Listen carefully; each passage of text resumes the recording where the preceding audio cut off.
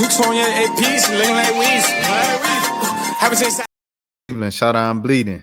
Welcome back to 1 a.m. podcast, man. I'm Rashad Milligan, joined here by my co-host, RB Mo. Jelani is out tonight because he has to wake up at 4 in the morning. Mo, how are you feeling today, sir? Feeling good, man. Went for a good little walk today. I was off, so just feeling refreshed. The sun been shining a little extra hard the past few days, so been feeling good. How you doing, bro? Nah, for sure. I had 2 days off this week, but they were back to back. I have 2 days off every week, but for back to back weeks, they were back to back because we have a game tomorrow night. So I usually take Wednesdays and Fridays off, but since we have a game on Friday this week, I took off Tuesday and Wednesday. So it felt good, but like it felt so good at the end of day 2. I was like, bro, I want a week off now. Right.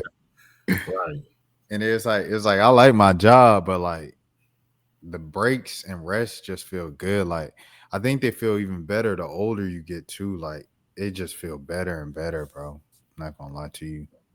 No, that's a fact, bro. Yeah, as you get older, man, though, 'cause I think when you're younger, you have more energy to like just kind of do stuff in the time like when you get off of work. But now when you get off of work, it's just kind of like it don't be the same. So now when you have actual times to just be off for an entire day, it's like you get a chance to truly relax. So I feel you on that, bro. That's actually a thing that I looked at a while back, probably like a month ago or a couple weeks ago. They said a rising amount of millennials are using PTO just to catch up on rest or just to rest. Like not even doing nothing. Like fewer millennials are going like on vacations and stuff like that. They're literally taking the PTO just to like sleep in. No, facts. I actually saw that same report. Well, I saw somebody report about it. I don't know. But what's up? The lace up. I don't know who that is, but Shout uh, out. I think this is the I think this the homie. Hold on. Let me look at the channel. I think this the homie. Hold on. This New Orleans. It is the 50 pub for the 504 right now in the chat. This the 5. This my home girl. 504. What's that, baby? Yeah. Lace up. All right. Continue. Nah, that's a fact though. Yeah, just taking time just to just relax and decompress. Have you ever taken a mental health day? Have I ever taken a mental health? I don't think so, bro. I'm not gonna lie to you. I don't think I've ever taken a mental health day in my life. Right, me neither. And they say it's more acceptable these days, but I don't feel comfortable. I'm gonna be honest. Like I don't feel comfortable going to my job and be like, I just need to take the day off. I need or for the post. Oh yeah, you be needing them days. Yeah, post office is tough because you think you driving like all day, all types of weather conditions. You driving in the hot, you driving in the cold, you driving in the rain. Like Right, facts. I feel like we're more physical, like cause you low key physical too. You halfway physical, halfway like mental. So it's the same thing, bro. He said she in an air fryer. Man, they don't put no ACs in no cars. I guess Nah, bro. that's why they You don't be put the seeing they door be up. having them little fans on the little dashboards. Nah, facts. They be having them fans on the dashboards, bro. But nah. I never took it was funny because I was kind of like we were kind of mocking like mental health days yesterday in like a group that I was in a group chat of like okay, all right. This is what it was. Dude was talking, right? He was talking about no, not a dude, a woman was talking about her man. And she was like, y'all, this boy that I like or whatever that I've been talking to, we going on vacation this weekend, right? And then she said, he told me, hey, on this trip, I'm gonna ask you to be my girlfriend in advance. And he said he was asking in advance so it wouldn't throw her off on the trip. And then she was like, Yo, I really like him. And the comments was like, yes, girl, that's a green flag, this and that, da da da da. And I was like, bro, how soft have we gotten, bro? Like, like how soft have we gotten to like you ain't got no type of surprise element for your girl or nothing like that? Like it's like, no, like I'm gonna make sure I'm gonna let, hey babe, is it okay if I ask you to be my girlfriend on this trip? Like, da da da da, like, oh, I know you take too many mental health. Like, and that's when I brought up the mental health things in the thing. You know what I'm saying? So, you know what I'm saying? Thank you, Lace Up. She feel me. She feel me. Nah, that's a fact. Yeah, asking before the trip is crazy. Like, It's like, bro, like I know it's like, oh, your nervous system, it can't take, a surprise anymore. I don't want to startle you too much. But it's like at the same time, like, where's the excitement? Where's the spontaneity? Or how you say spontaneity?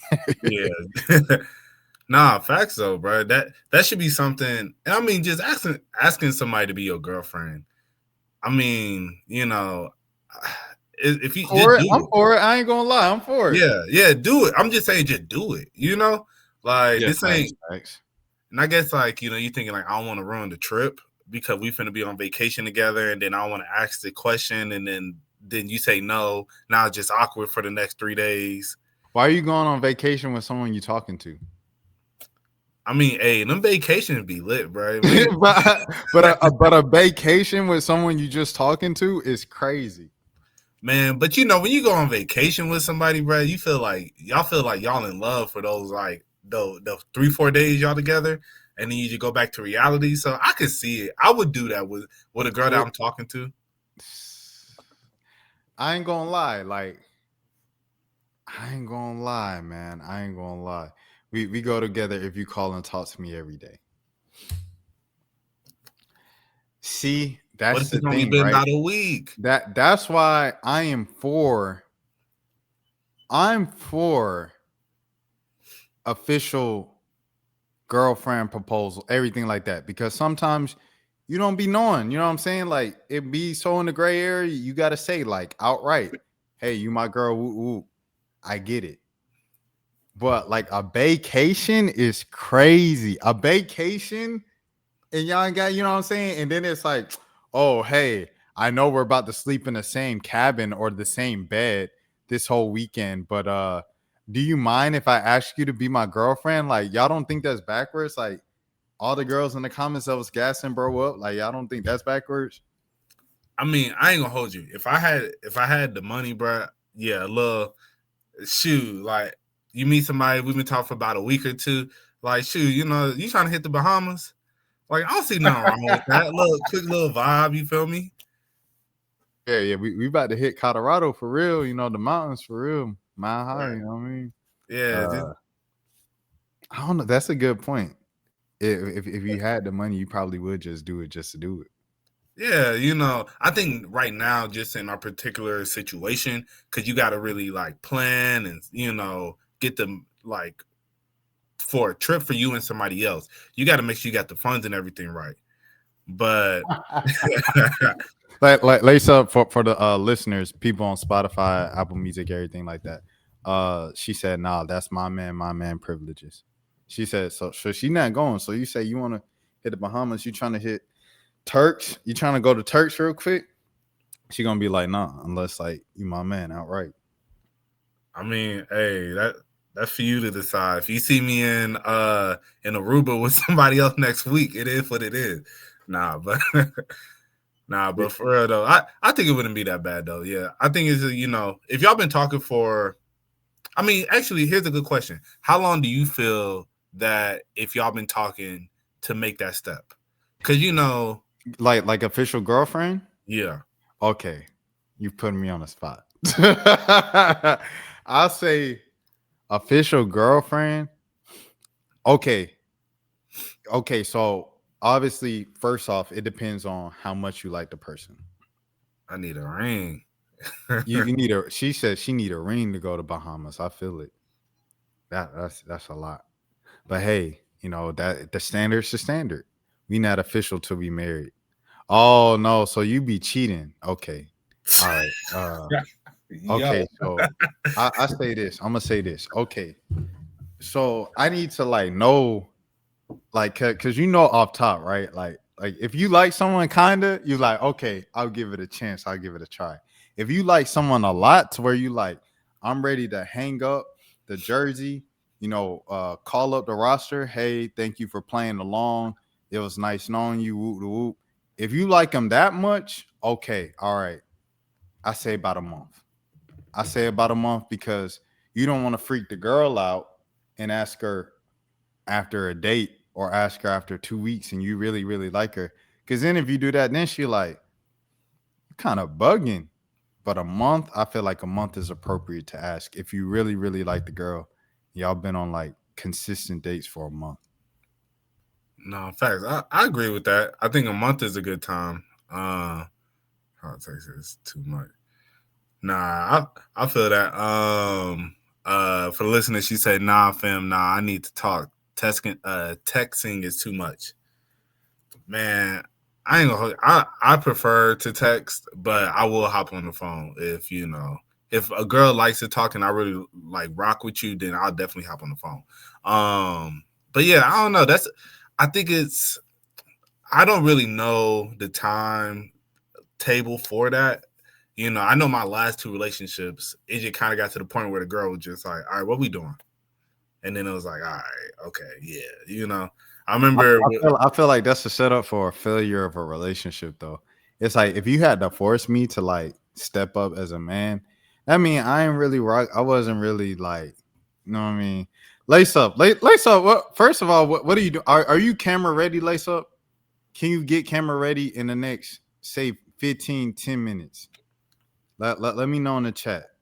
She said, I'm talking about to get my point across. I'm a little crazy. Are you camera ready, Lace up? Let me know if you camera ready. She said she not camera ready. She at the crib. She had a long day at work. Cause I want to just you want to come on with your camera off? It's a podcast anyway. She said, okay, never mind. Abort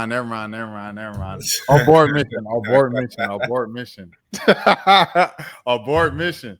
All right. Cool.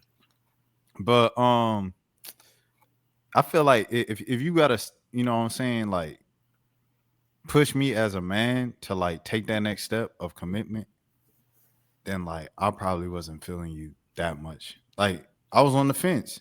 And if I was on the fence, then like I think that's part of the reason why, you know what I'm saying? Yeah. I'm in this position now. Cause like a lot of times I'll just be on the fence, bro. I be indifferent. I'm not gonna hold you. No, I feel you on that. I mean, I think in the situations, I know the first one we were like the last girl that was I was dating, when it was about like a month or so, and then she was just like, all right, what we doing? I was like, all right, bet. And honestly, I will say you right about that. Cause in that situation, I did kind of feel pressured. There was another girl that I really wanted to talk to, but then I'm in Atlanta. He's in New Orleans. But it was another girl I kind of wanted to talk to, but then this girl, me and her been rocking kind of heavy for like about a month or so. And then she was just kind of like, yo, like, what we doing? And then I was just kind of like, all right, I guess I'll take that step and then we are dating. But I do feel like I was a little pressured. No. Someone asking you, do you want to be my boyfriend or not? And you like, man, I guess like it wasn't like that. I mean, it's like that's how we gonna start this relationship. I guess, man. Okay. So I mean, but as I said, with mine, it wasn't like that. It was just more of like I was kind of like, man, like I don't know, because there is this other girl that I do kind of rock with. Me and that girl are talking with. It was a girl that I was working with, so I was kind of like, I really rock with her, but I haven't actually made the official move to really start talking to her. We ain't gone on no dates or nothing yet. We just always work together, and everybody at work said that we had like a vibe. So but then me and this girl, we've been actually going on dates and kicking it, and then she kind of just made the initiative, and I was like, all right, you know what, like I guess, but yeah, clearly that didn't work out. And then the girl before that, she was like, it was around Christmas time. We've been talking for a couple months, and she'll just like, all right, so what we doing? Cause I'm not finna buy a Christmas gift for somebody that I'm not dating. And I was like, oh damn, all right. It's like my bad. All right, yeah, I guess we rock it. Let's do it. But I mean, well, go ahead. I was gonna say, and then that was a relationship where we were together for 5 years, but crazy start, but hey, it'd be like that. I think it would be terrible to like meet someone right before their birthday. Right before their birthday? Yeah. How early before their birthday? Like if you met someone like say 2-3 weeks before their birthday, like that's bad luck. I mean, yeah. I mean, you get them a little car, you ain't gotta go all out. You're right. But off top, I gotta give you money, like guaranteed. Like it's not even like a. Oh no, that is not guaranteed. Well, I was about to say, why you make that face? If you do a card and you put $20 in it, I mean, I could put a gift card in there, which is money. Actually, no, I would probably take her on a date. I would take her out for her birthday. If we've been talking for 2-3 months, I mean 2-3 weeks. 2-3 weeks before your birthday. Then, but what if she has like, how some girls have like a whole weekend, right? They have like the friend's birthday. I mean, they have the friends dinner, then the family dinner. Then like, what are you gonna do? Are you gonna do like a one-on-one dinner with them on a different day? She said, "How old are y'all? Hey, you federal? It's up, man. Lace up, you asking all these federal questions. I already didn't want Mo giving my low on here." She said, "Asking for myself." Lace up. First of all, I'm gonna turn the tables on you. First of all, right? You was on your channel talking about I'm about to start dating. I'm gonna be open to dating. I'm gonna do dating vlogs, everything like that. What's going on in your dating life? Since you want to put us on a hot seat, what's going on in your dating life? All right, because I need you pressing us right now. You know what I mean?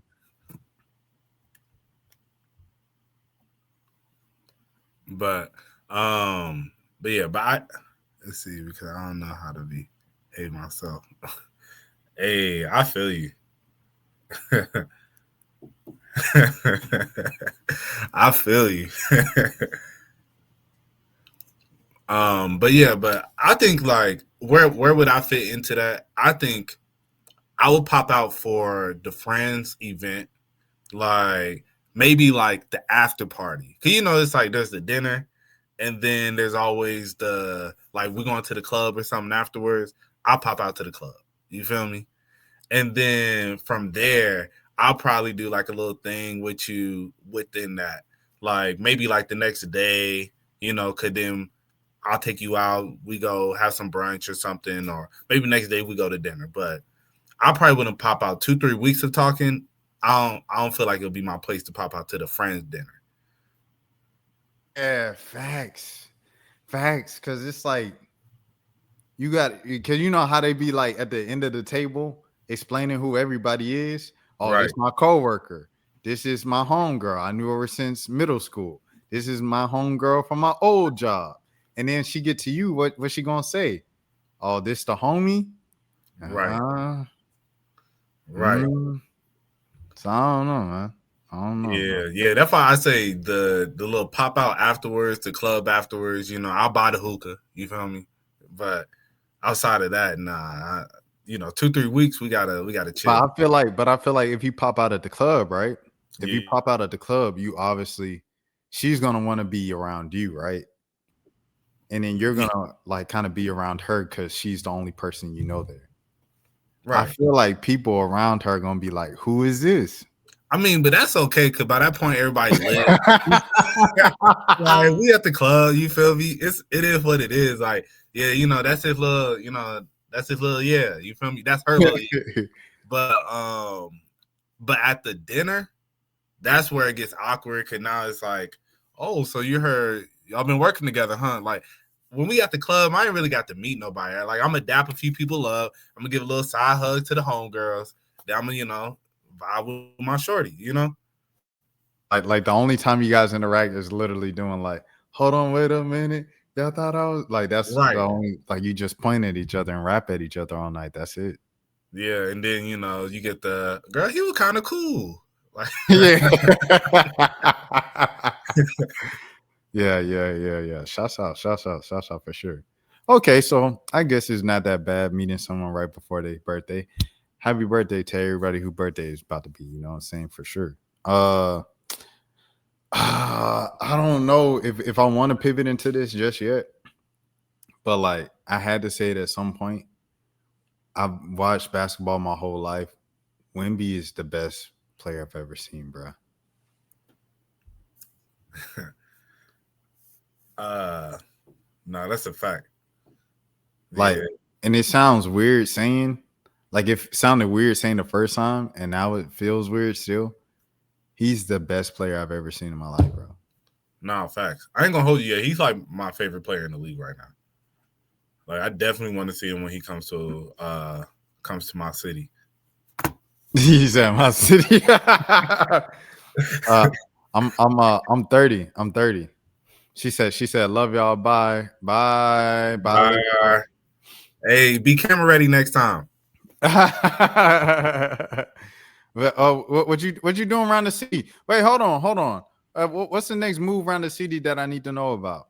That's the real question. She probably already gone. She heard basketball. She said that's my cue. Right. But yeah, I don't know, man. He just different, bro. Oh, you muted, I think. Can you hear me now? I hear you now. I was gonna say, it'd be good if we could bring her on. I've been definitely wanting to, like, with some of the topics we be having, I'll be like, man, I would love like a woman's perspective on some of the stuff we be saying, you know? Oh yeah. No, for sure. Lisa, she cool people too. I met her at the D1 concert. Mm-hmm.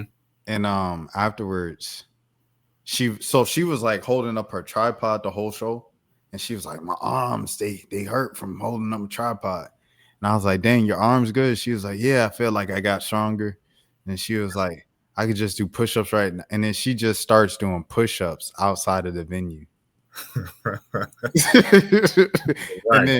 And then some other girls were looking at her doing push-ups. And then they start doing push-ups. And then D1 walks out and he's like, what's going on? I was like, I rock with y'all. Y'all cool people. So yeah. Lisa would definitely be a good guest. Yeah, we gotta try and link up with her when we come to the city, man. Oh, for sure. She was trolling Falcons fans last year. Oh yeah, so we're gonna I was like, I don't know about that one. It depends on the results of the game. Right. But as far as Wemby, bro, yeah, Wemby is crazy, bro. You know, with fantasy sports, I like fantasy sports because it gives you a different, I don't know, you look at different players, you look at players differently, you know, it makes you more like tuned into the games and stuff like that. And, you know, I know sometimes people be like, oh, it's just, especially like the players who actually play, like, y'all be too invested, you know. But I mean, I enjoy it, and it gives you a different type of investment in players. And I had Wemby on my fantasy basketball team his rookie year, which made me just kind of like, I wasn't watching the games, but I'm looking at his stats consistently, you know. And then I started looking, I'm like, bro, this dude is going crazy. Like, he really could have won defensive player of the year his rookie year. Like, Buddy averaged like 3.5 blocks or something crazy like that. And I'm looking, I'm like, bro, this is wild. And then seeing him constantly just get better and better, I'm like, dog, I don't know how you stop this, you know? I saw him as a rookie. They came to Atlanta his rookie year on MLK Day. And I was living, you know, I was living in Midtown and stuff like that. And I went to that game, bro, and it was like, I ain't never seen something like that in my life, bro. Like, he legit blocked like 3 or 5 shots in a row, it felt like. And then he would just run on the other end, and then they would just lob it up to him by the rim. Or he'd get the ball, and he'd just back you down, and then he just dunk, but he wouldn't jump. And he did that like 3, 4, 5 times in a row. And I'm like, how can you stop that? Like, you can't stop that.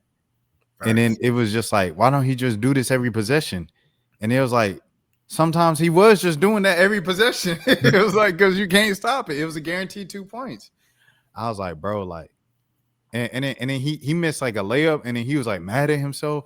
I'm like, oh man, he got like that sicko thing too in his mind. Like, he crazy, bro. Like, and then in a post game, he was just like, he said, I want to be Coach Hart. Like, if I'm not playing well, send me down to the G League. I was like, oh, okay. Like, he's crazy for real. Like, and then I was so in shock, bro.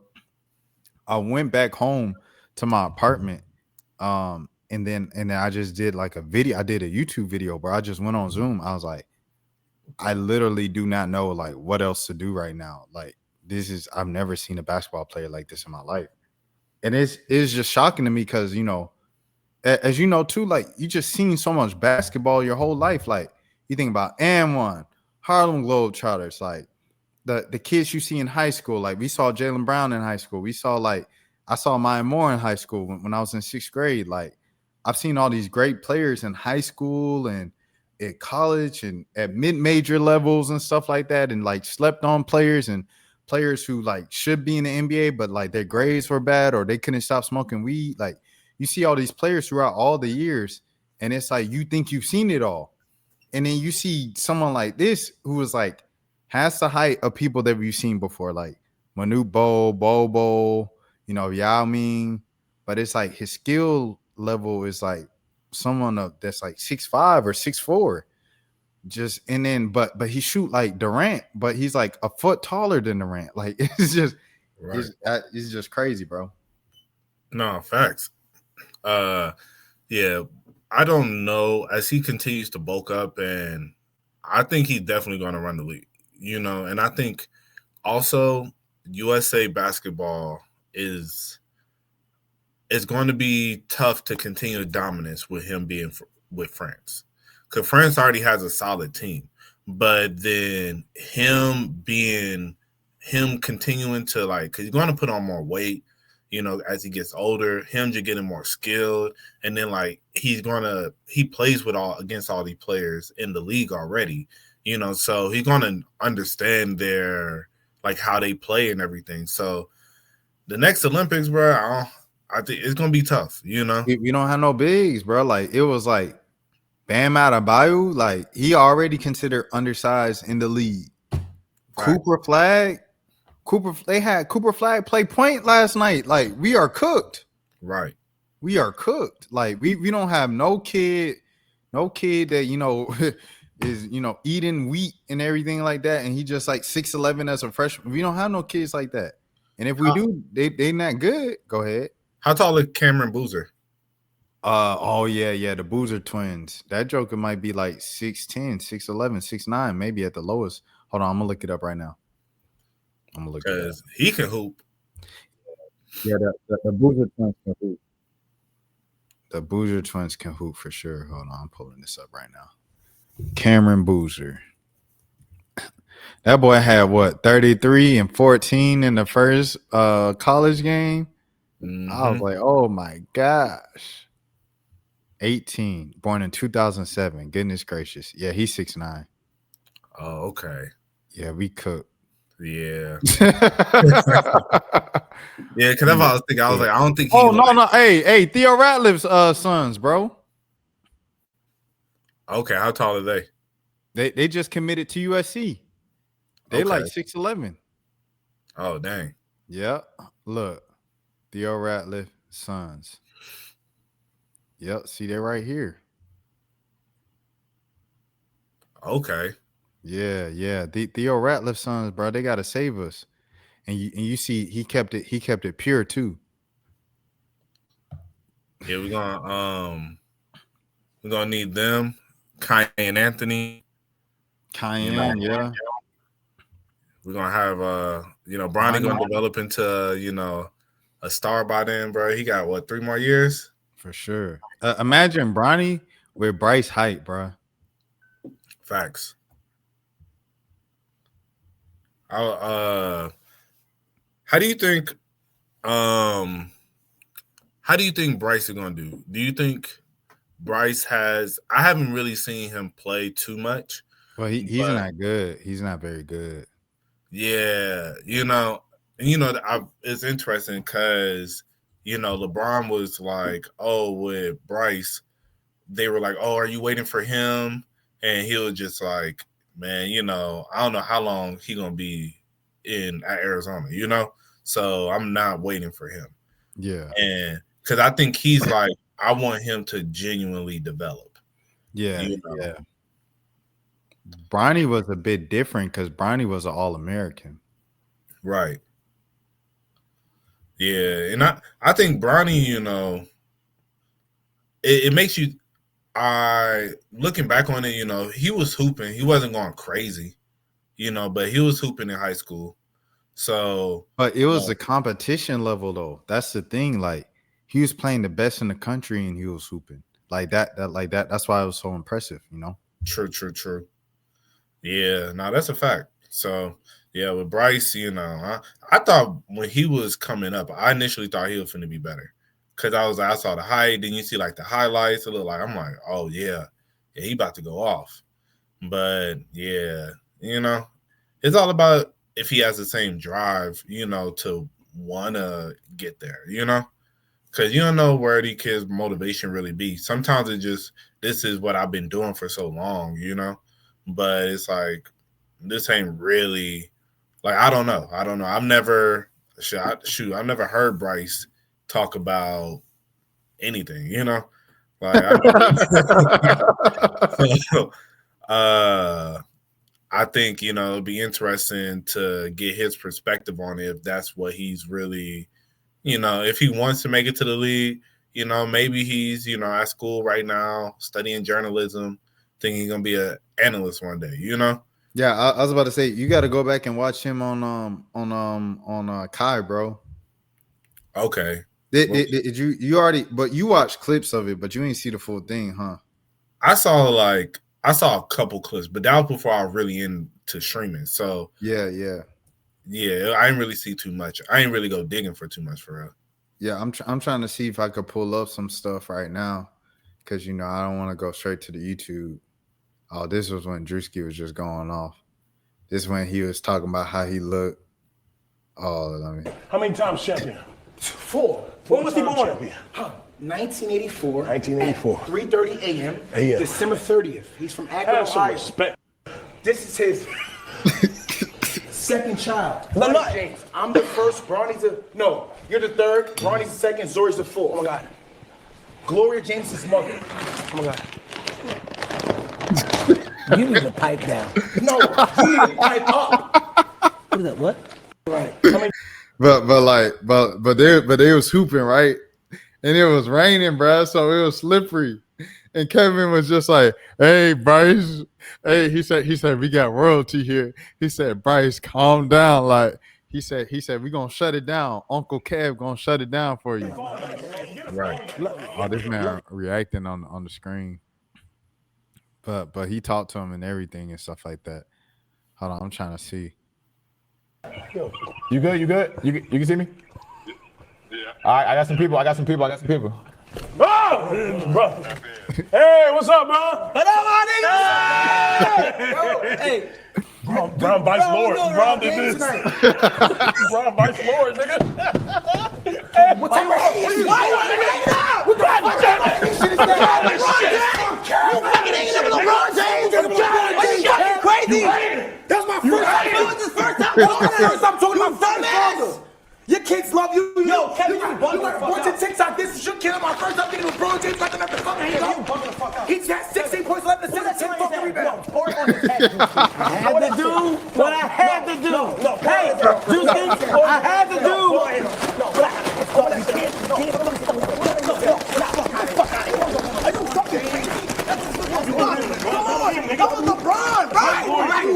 Outside of this, he was like, bro, he was like, what'd you do? He said, I'll be cooking. And he's like, what'd you be cooking? He was like, I be baking like cakes and stuff. And he said, bro, you don't be cooking for real. He was like, yes, I do, bro. But he won't say nothing.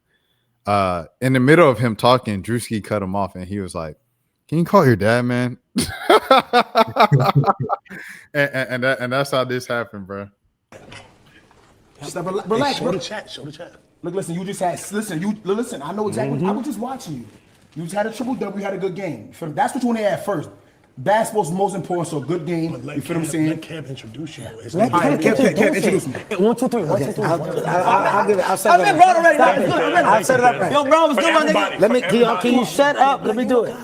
Like, yo, Brown was good. Hey, LJ. Hey, guy. LBJ. Can y'all stop? Can y'all stop? That kid's clearly a murderer. He's a psychopath. All right. Now, what I'm gonna do? I'm gonna make sure he doesn't have any of your private information, and I got you on this one. But I gotta watch this guy.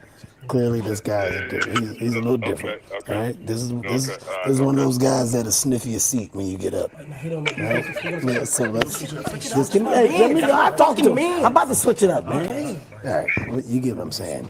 Fucking stage. But yeah, that was pretty much the whole thing.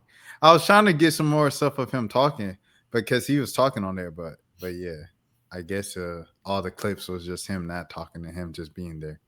Right. Bro, this man was doing the Thanksgiving. I forgot he was with them for Thanksgiving dinner. Because what's his name? I think Kyrie was up here too, bro. Nah, yeah. I ain't never seen none of these. Bro, yes, bro. But this was a funny one, bro. Bro, look, he had Roll Tide Willie, bro. And Drewski got in trouble because he called this little kid fat, bro, and he made him cry. And then said, I heard about that. Yes, bro, he made him cry. But yeah, man, to say that, we not dependent on Bryce in America, bro. But Marcus Spears' son, number 1 in the country. Yeah, I saw that. So we got Marcus Spears' son, we got Cooper Flag, we got the Boozer twins, and we got Theo Ratliff's sons. Right. They must be twins too. Yeah. So, yeah, go ahead. No, I was gonna say looking like it. Yeah, so we got 2 sets of twins. So we got 4 players right there. Then we got Cooper Flag, that's 5. Then we have Marcus Spears' son, that's 6. We got 6 players already. No, facts. Yo, let me ask you a question. Yeah. Does Mikey Williams make it to the NBA? No. Yeah. And I only say that because it's like he would have shown something in college now if he would have made it to the league. Because nowadays, but it's not even just nowadays. I think anytime past 2007, bro, especially at a certain height, if you're not putting up certain numbers, bro, by like your junior year, it's over with, bro. Right. And like Mikey, this is Mikey like 3rd year in college, bro. This is his 3rd. This is his 2nd season, but he's been in college for 3-4 years. Like this is Bronny's 2nd season in the NBA. Like those are his classmates. And I think, to go back to Bronny, bro, he's actually on point with like his peers. Like you look at Amari Bailey, his classmate. You know what I'm saying? Amari Bailey was the best player on the team. Amari Bailey is 2-way, bouncing back and forth between the NBA bench and the G League. Right. Zaire Williams, the star player before that, he has the height too and the talent, and he was undeniable at Sierra Canyon. That joker is a 2-way, end of the bench NBA player. BJ Boston, same thing. He in between the G League and the end of the bench in the NBA. So it's like Bronny is literally on pace to where he's supposed to be. His name just Bronny James. Right. No, facts. Yeah, it's crazy how none of them really panned out, to be – I thought BJ Boston was going to go crazy. I don't know if, him being behind – who was it that passed? I can't remember who it was. Player Terrence. Yeah. Yeah, so I don't know if that like mentally has some effect on him, going into his season. I mean, where did BJ Boston go to college again? He went to Kentucky, right? Yeah. I mean, he didn't do too much over there anyway. So so I don't know. I thought BJ Boston was gonna be fine. Zaire Williams had a good start playing for Memphis. Yeah. Who does he play for now? I know he got traded from them. I think he was on Brooklyn for a little minute, wasn't he? I think so. BJ was down here. BJ was in New Orleans last season, and when Ingram got hurt and stuff like that, he started getting minutes.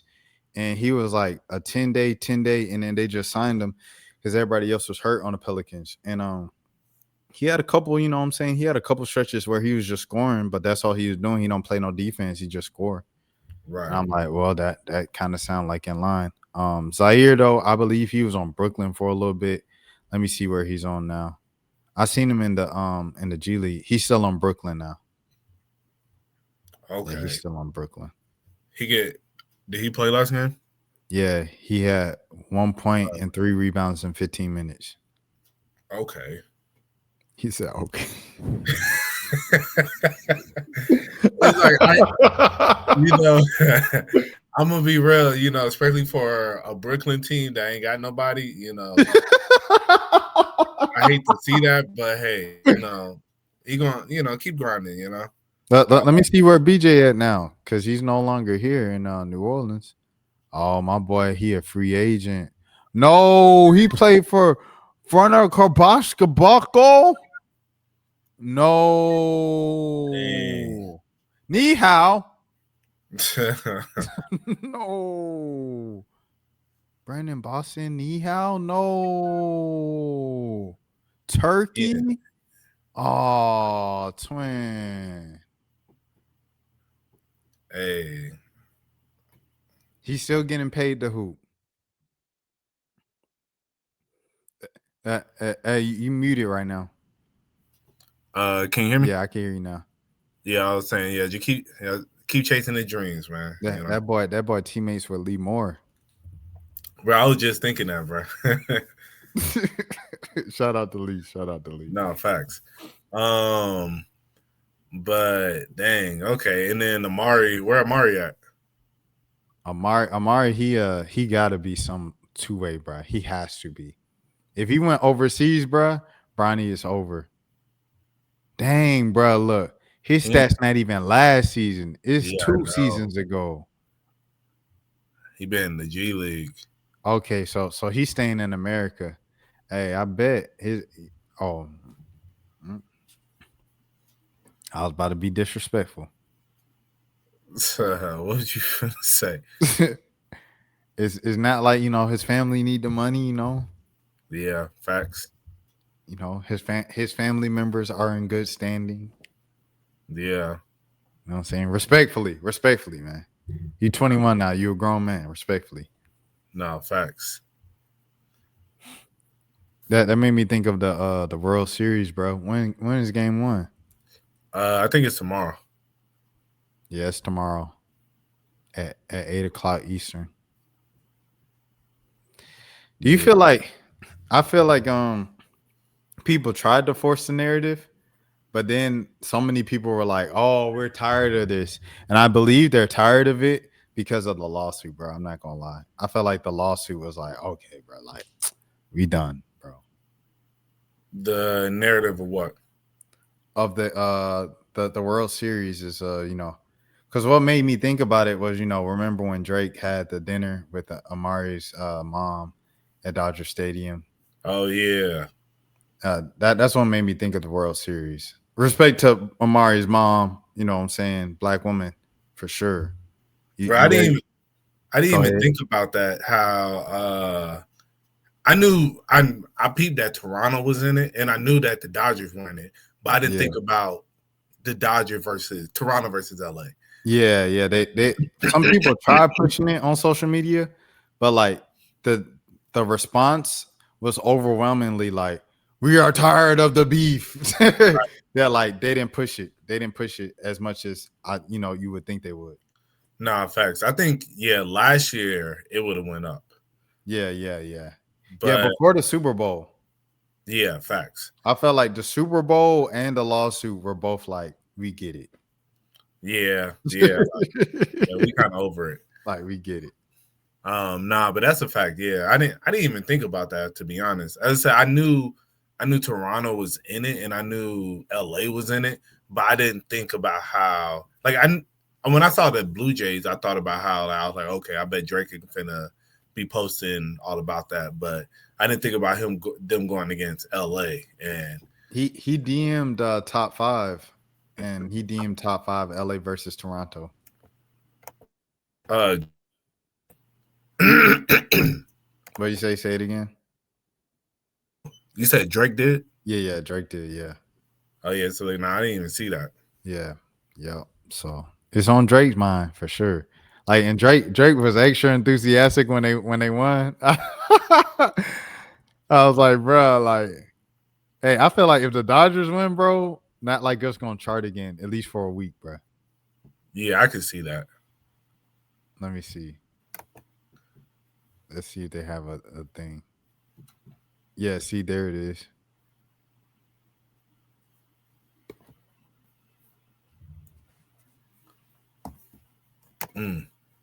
So, yeah, man. Yo, I was watching Justin Bieber stream earlier. Oh, you was what? He was streaming tonight? Yeah. Oh, he really streaming every day? Yeah. He's excuse me. He streamed twice today. Twice today? Yeah. Oh, I feel like this gonna be one of them things where like he gonna stream OD for like a month and then never do it again. No, in fact, he's streaming right now. Justin Bieber streaming. Hold on, let's pull this up, man. Let me check in on the Biebs. Huh? Let me check in on the Biebs, see what the Biebs doing, huh? We got so look at my following, bro. Like everybody stream now. This don't even make no sense. Right. Joe Spencer, Ray J, Phantom, Dre the Topic. I need to follow Ray J. I don't follow him. Yeah. I follow Ray J from I followed him during Streamathon just to get like to know when he's going live and stuff. Samaya. Oh, there's Justin Bieber right there. Oh, he's streaming rehearsal. Yeah, he was streaming making a song earlier. Oh. Yeah, but that's what I was finna bring up. So like I'm watching the stream and the girl playing the piano right there with the red hair, like she was doing her thing. And then it threw me off because look at who's on the mic right there. I don't know if you could tell. That's Hurricane Chris. Hurricane Chris? Bruh, yes. So I'm watching it and then it's like he like A&R in the song. And he like hey, no, you need to do blah, blah, blah. You need to say this. And I was like, is that Hurricane Chris? Bro, that's Hurricane Chris. Bruh. Yeah, man, hey. And then, but then like before that, I'm watching and then I see like they're going over the song. They're all like, you know, just spitballing ideas and all this stuff. You know, Justin Bieber got his head down. He just vibing to the music. You can tell he's thinking of like, you know, ideas and stuff. And then I see somebody come and sit next to him. I look, it's Kyle Massey. Oh, yeah. Kyle Massey, like one of his best friends. Yeah, it just, I didn't know that. And so I didn't know that until he released Swag. Because when he released Swag, he just started tweeting a lot of videos. Mm-hmm. And then all the videos where they were like vibing out, singing the music, Kyle Massey was right there. And I was like, why this man got Corey in the house right there next to him, bro? But yeah, him and Kyle Massey is like buzz, bro. Nah, facts. But look at this though. Justin Bieber, 8,000 viewers. Phantom, 10,000 viewers. Right. He said, boy, we still run this platform. All the celebrities can come and go. We still run this platform. No, facts. Yeah, but it was actually pretty dope watching them like cook up earlier. Cause I was like, okay, you know, they seeing the creative process of how, you know, Justin kind of writes and everything, you know, it's a lot of people putting in input and, you know, saying like, oh, this is what we need to do. We need to add this and blah, blah, blah. So it was pretty dope. Yo, can you turn it on? Like, what is Hurricane Chris doing?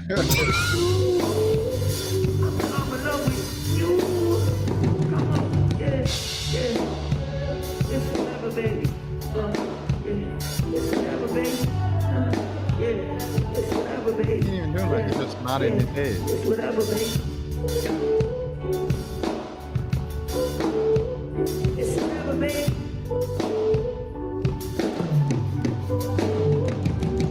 Go fast, so we can go slow. We can ride guns, we can just go. You see, you got the little crib, little baby crib area in the background. Oh, he got his baby right there. Nah, it's the baby crib area. You see, like the little area where it's like that looks like something you'll put like your kid in so they don't get out. Yeah. I don't know if these are. I guess these are rehearsals to get ready, but Oh, day one they said this was his studio. okay, that makes sense. Yeah. That's what I thought. I was like initially I saw it and I was like, is he doing rehearsal for something? But Oh, there's Nathan, bro. Nathan, Shout out to Nathan. I interviewed Nathan before. Nathan Davis Jr. So Nathan Okay. Davis Jr. He on you know him? Nah. So he's on Nickelodeon.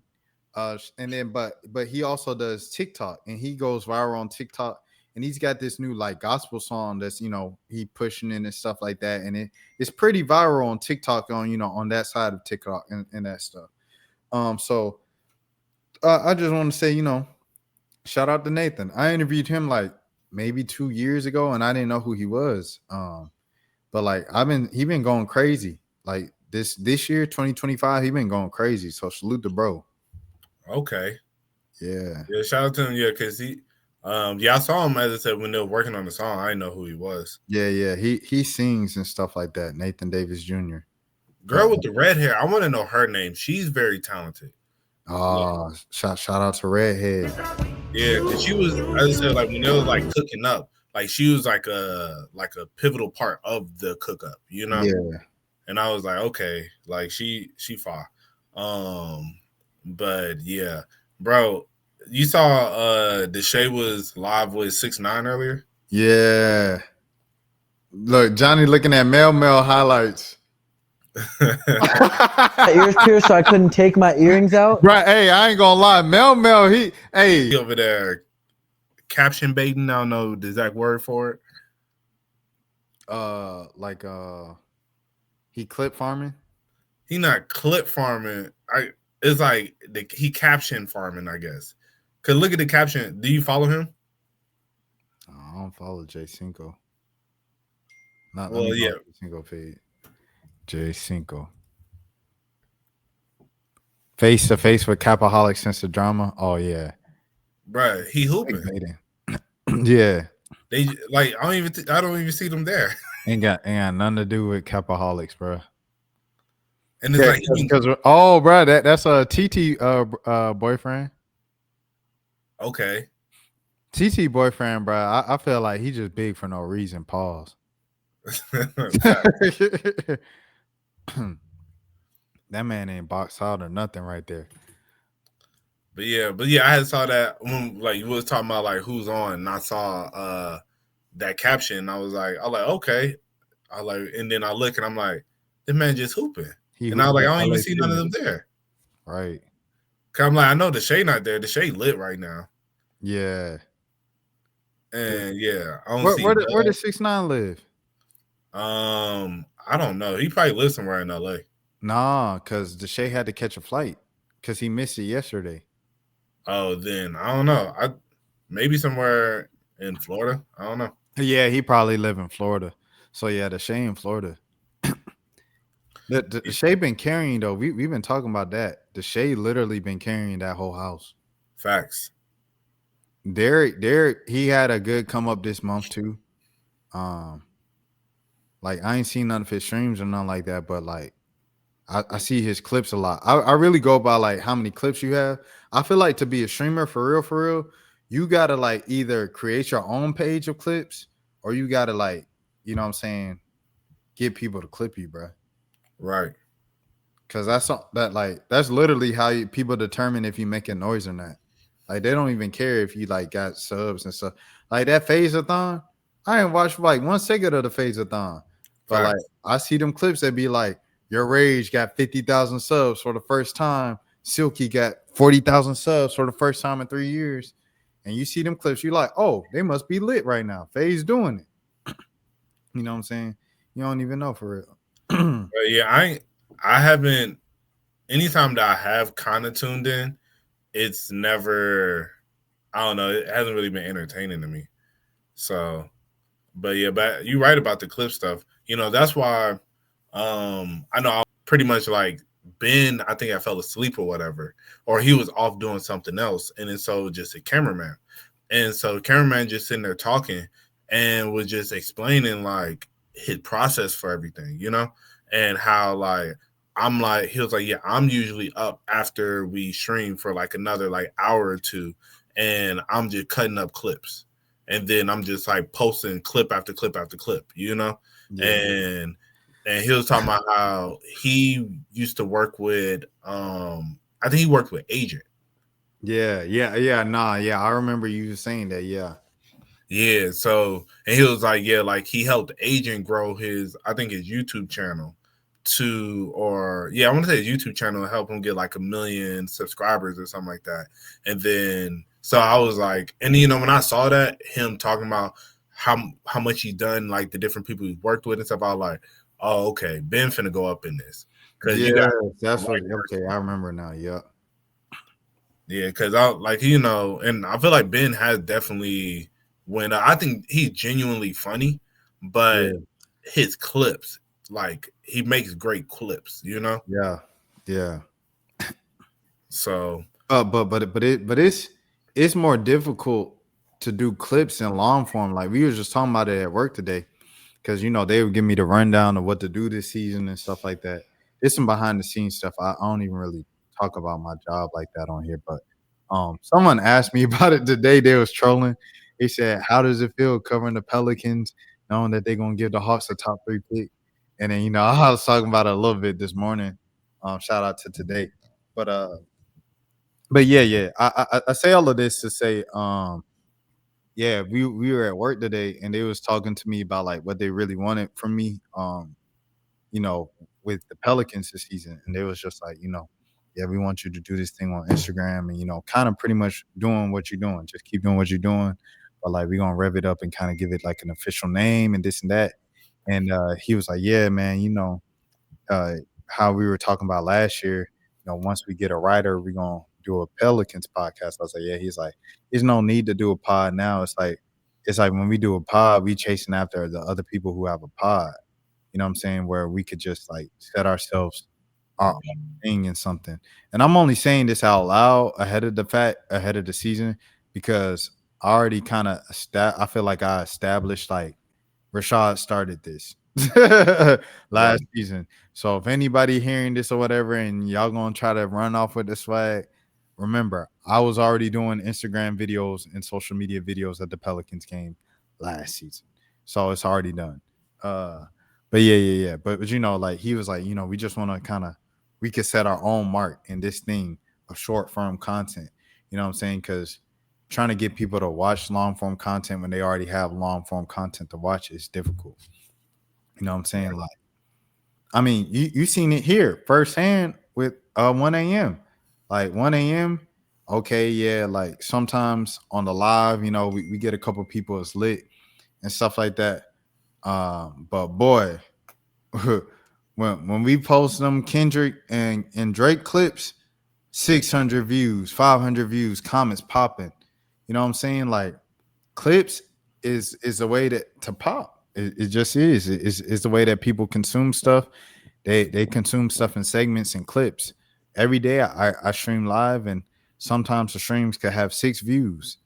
One of those segments from that live will have 2,000 views, 6,000 views, 7,000 views, et cetera, because people just can consume stuff easier that way. It's easier to look at one thing as opposed to a bunch of different things. Right. No, that's a fact. Yeah, I definitely think it's a lot easier when you got good people to clip stuff up for you, But clips is the most difficult thing to do. I was saying all that to say that it's more difficult to do a clip than it is a full thing. Yeah. Like that's where he getting most of his money from. I'm sure he gets, nice pay for cameraman work, but Ben probably paying that man buku money to do camera work and the clips. Right. You know, I think he lived with Ben too. Oh, so he probably lived for free type deal. Yeah, but you know, it seems, I will say, you know, they seem like they're genuine friends. You know, you gotta be. You spend that much time around someone. Yeah, I think DDG and his cameraman now, they seem like they friends. They cool. Like, I don't think it's the same like how it was with him and Johnny. You know. Yeah. So, and I think, you know, with Bryce, like Ben cameraman, if he wanted to start streaming, like he easily could. But I just don't think, I don't know his ambition, but I don't think that's like the vibe he's trying to be on.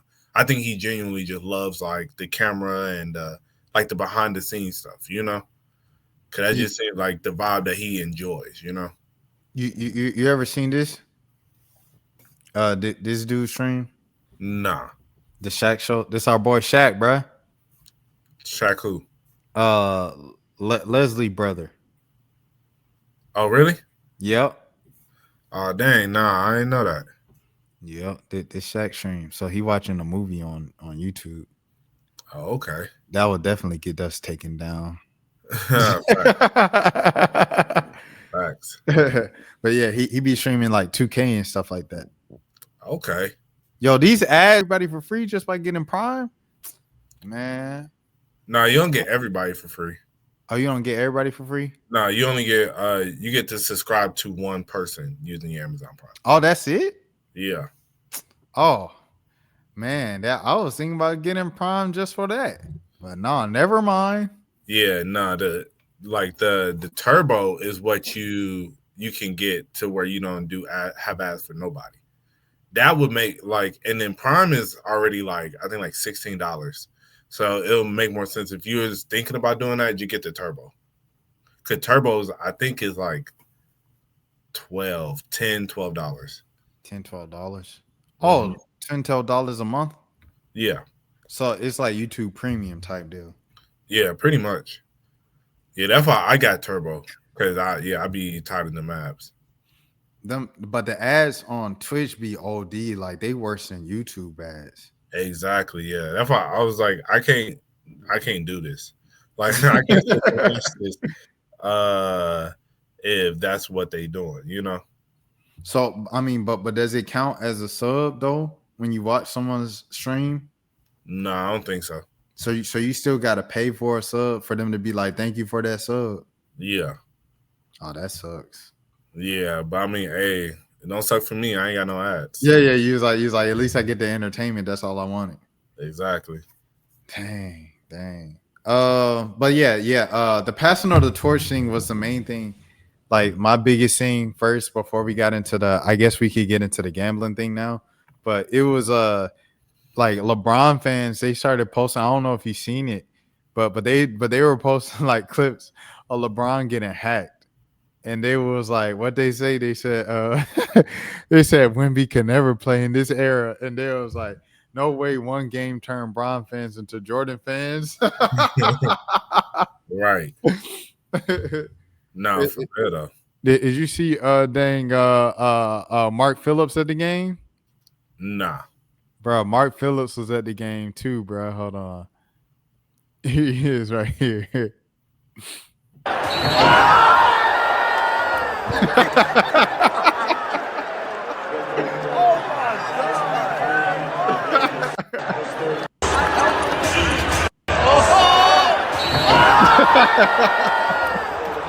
That man went be crazy, bro. He went from one side to the other side. Bro, for real.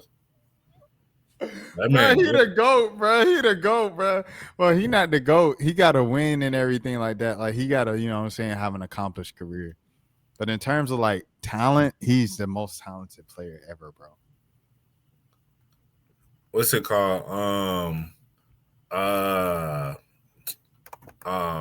You know, speaking of GOATs, I think, what's his name, Ohtani. I ain't gonna hold you. Yeah, Ohtani, bro. You know, we talking about, cause I know last episode, as I said, like, you know, we talked about not giving people you know, not making them, you know, goated too soon. But Ohtani, bro, different, dog. I remember when they was trying to make like Mike Trout, they was trying to make him the GOAT. Like it's probably like 10 years ago. They was like, Mike Trout, he might be the GOAT. He just on like the worst team. And it was like to think that the Angels had Ohtani and Trout for multiple years and still won nothing. Oh my Right. goodness. You had to be a generational, like terrible team. Right, facts. Bro, that man Yeah. had 10 strikeouts, 3 home runs in the same game, And a walk. and a walk. It's like, bro, that don't even make no sense, bro. Bro, people don't even get 3 home runs as the best hitter, bro, in the playoffs. It'd be funny when people do stuff like that. You be thinking about like when you playing like mop or something like that, like with MLB or any of these other games, and you be like, bro, my mop player can't even do that, bro. X. Yo, my player can't even do that, bro. 3 home runs in a NLCS game. Bruh, yeah, buddy. I think it just the fact that he can do both so well. It's like they talk about like Babe Ruth. Used to pitch and whatnot, but yeah, this is just different. This is a different level. I think the generation coming up, they're going to want to, because there's a lot of hitters that there's a lot of pitchers that probably wanted the opportunity to hit more. Yeah. But because, of how the game was, they were like, nah, just stick to what you do. But I think coming up, there will be more people like Wemby. Because I think my bad.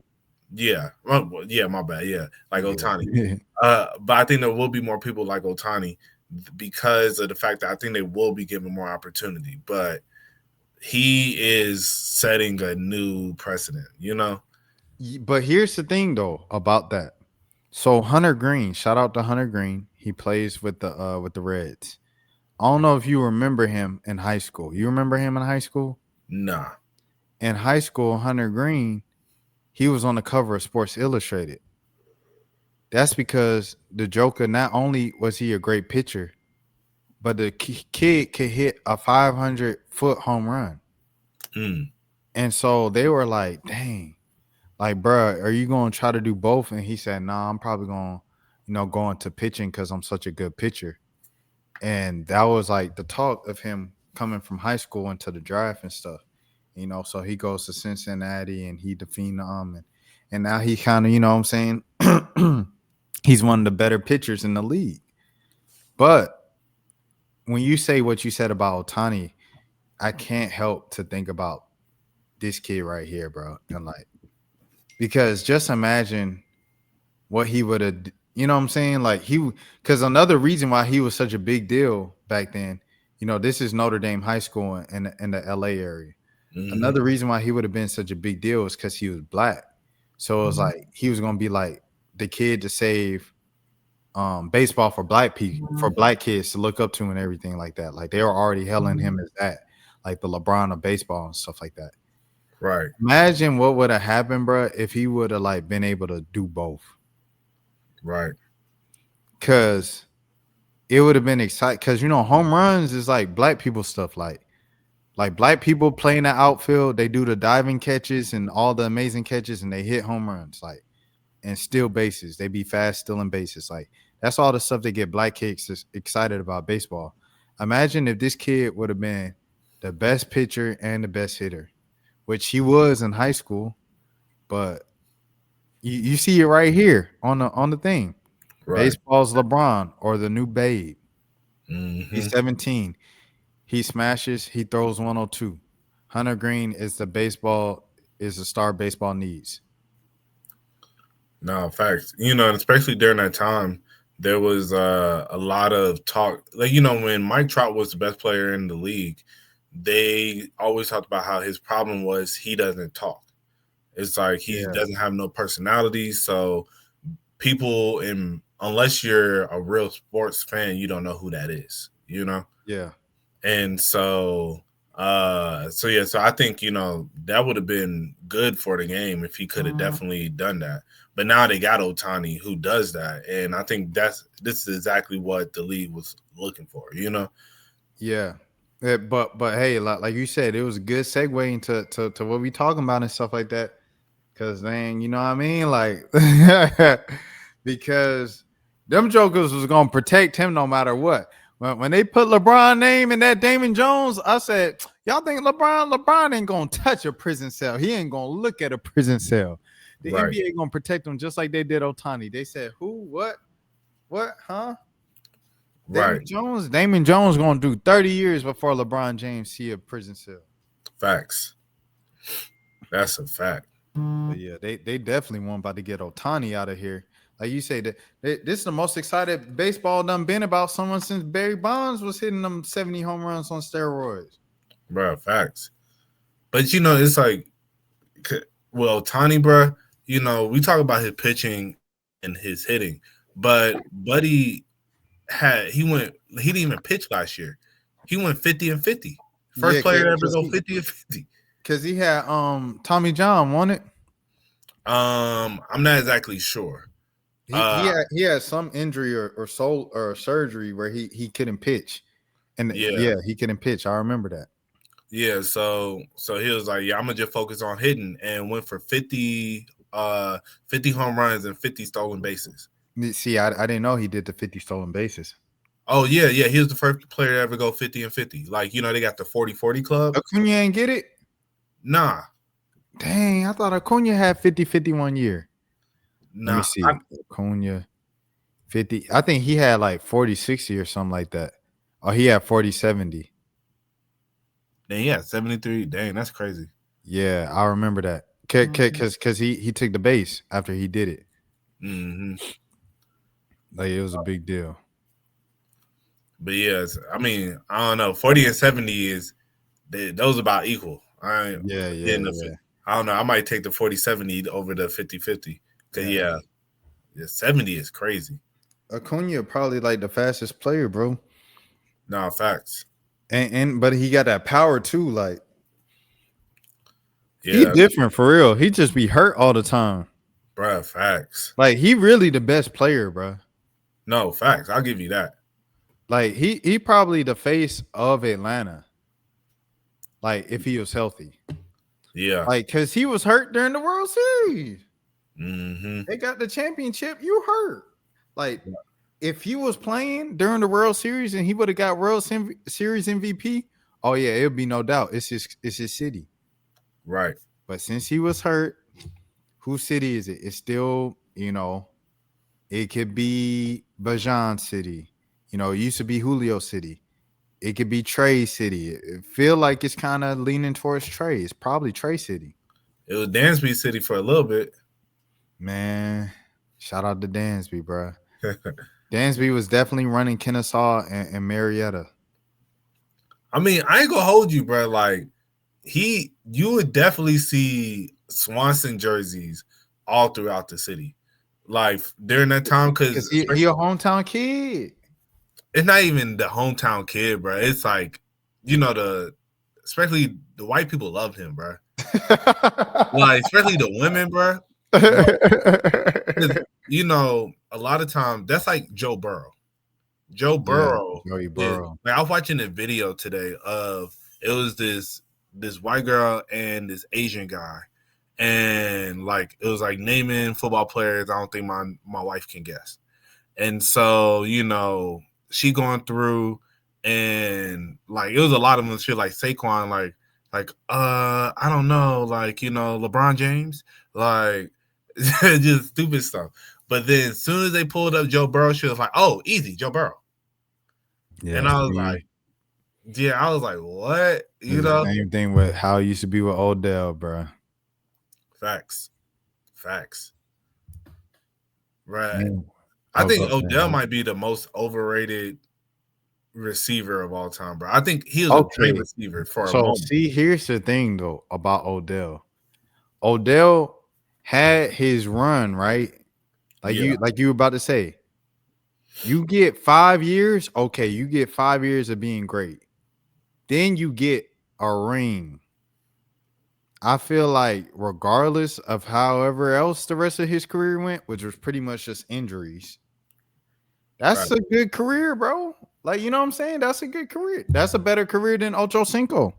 No, I think he had a really good career, but for him to be in like the top 5 conversation with some of these players at times. Oh yeah, no. He not Antonio Brown, and all the crazy dudes. Like he not nah. Yeah. Different stratosphere. Yeah, but I think like this younger generation, just like he is the football Paul George. Like for some reason, you know, this younger generation love Paul George. They look up to him. They were like, yo, that was like one of our GOATs. I think that's how they look at Odell. And it's like in hindsight, it's like neither one of them, Odell had a good run. He had a good solid like 5 years, as you said, like great 5 years. But you know, past that, and yeah, Paul George, bro, like I don't even know how to describe it. I mean, he had his run when he was going against LeBron. Like I'll give him that. And you know, when he was playing for OKC, I was about to say he was cold that 1 year in OKC. Yeah, I'll give him that. But if we're just talking about a totality of a season, of a career, bro, I'm like, yeah, nah. He do got a smooth game, but he ain't that, you know? It's some people I feel like when you look at their career, you like, bro, you should have just stayed with your original team, bro. The grass ain't always greener. He's definitely one of those people. Dwight Howard with Orlando, definitely one of those people. Oh, for sure. Damian Lillard, Portland. However, he did get an in-season tournament championship with Milwaukee. People always forget that. He got him a trophy, his first trophy. You know what I'm saying? He probably not going to get one with Portland. But like, you know what I'm saying? That trophy meant something. I feel like because like he enjoyed it. Like I was happy to see him win in-season tournament. Who else is another player? Maybe Andre Drummond. Yeah. Andre Drummond should have never left the Pistons, bro. Yeah. I mean, but I see why, because it's like they wasn't going nowhere. So Josh Smith should have never left the Hawks. That's a good one. He for sure should have never left the Hawks. Because he just became oblivious after that. Al Horford has made a career for himself after he left the Hawks, but that's a risky move, boy. That was a risky move he made. No, facts. And same with Joe Johnson. Yeah, Joe. Yeah, Joe held his own in Brooklyn. Yeah. I think, I feel like in Brooklyn, he really became ISO Joe. Yeah. Well, I mean, known to the America because he got ISO Joe from ISO Joe. He said he didn't know where it came from. I know where it came from. ISO Joe came from a Hawks fan forum, bro. Yeah, because they were roasting Mike Woodson because they were like, he don't call no plays. They said he just just get the ball to Joe every possession. They said ISO Joe. They said, and they started calling Mike Woodson ISO Joe. So when ISO Joe started, it started becoming like mainstream. Like when he went to Brooklyn and he was doing, them little when he had Paul Pierce on his knees and all that pause, and he was between the legs and all that, and they're like, ISO Joe. I was like, yo, that joke made it from like, that's crazy. I don't even think because he says in all of his interviews, I don't even know where it came from. People just started calling me it. That's where it came from. I don't even know if Joe, I don't think Joe knows that. Yeah, probably don't. If I ever see him again, I'll just tell him like that's where it came from, bro. Right. They're making fun of Mike Woodson. No, facts. But I was laughing earlier when you was talking about Odell because there's an old tweet of like Odell in like a McDonald's uniform, and it said Odell Beckham Jr. if he never made the catch. Silly, it ain't that drastic. I don't think bro. I think the catch definitely propelled him, but he put up great numbers. Like that's why I say he had like a good 5-year run. But it's just I think a lot of people overhype it, you know. So Well, I think that's also due to great marketing. right, You know, he marketed himself well. He did the haircut with the patch and stuff like that, and then he started doing all the trending dances, and right, that just made him marketable. And like after a while, you make yourself marketable enough, people like you so much, and they laugh at you so much, they forget you don't know how to play. right. Or you're not that good. I'll say you're not that good. Like you don't know how to play is crazy for all that back.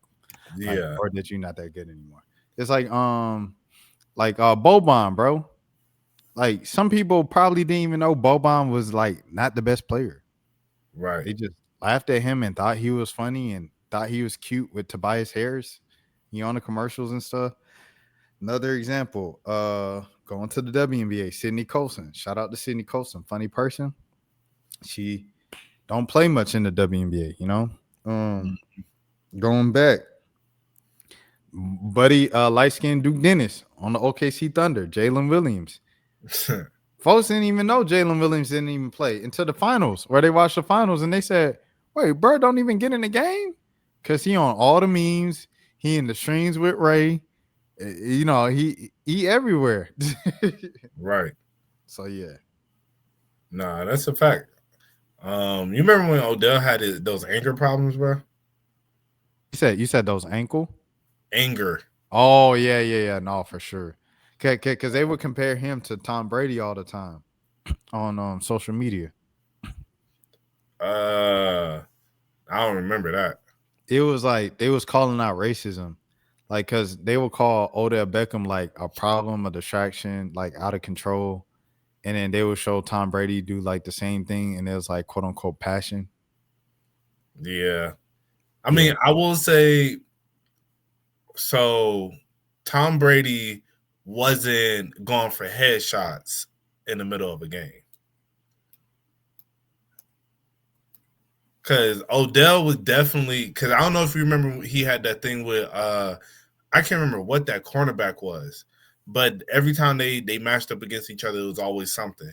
And then I remember he went for a block one time, and then he got ejected out of the game because he like hit him. I think it was helmet to helmet, like a blindside, like helmet to helmet hit. Odell was definitely wild, and I remember that. Yeah, like so that's why I like, but I do get it. Like I do feel them with like like Tom Brady did. He used to be definitely angry. But I think it was just a little bit different with Odell. Not to like, make it be like, oh yeah, like it was okay what Tom Brady did, but I do feel Odell was at another level though, because like he was on the field really.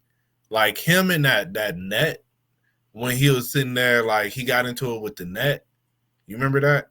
Yeah, no.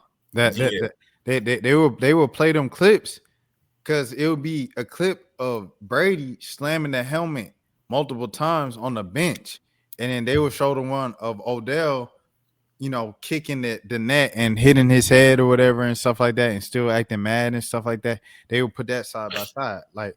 That's literally the only reason why I even remember Odell's like little tantrums is because they would put it side by side with Brady and be like, why is one looked at as like hot head, out of control, anger, and then the others looked at competitive. Like that's literally the only reason why I even remember it. Right. Yeah. And also I will say, like, because not to, as I say, like, I don't want to just be like, oh, well, like Brady was, play. I don't know the exact word I'm looking for, but I do feel like also Brady would get upset, but then he'll go into the game locked in. I think, that was the thing with Odell during that time was he would get so mad he was uncontrollable. Where it was like, because I vividly remember it was times where like he's on the sideline crying so mad, where it's just like, that, yeah.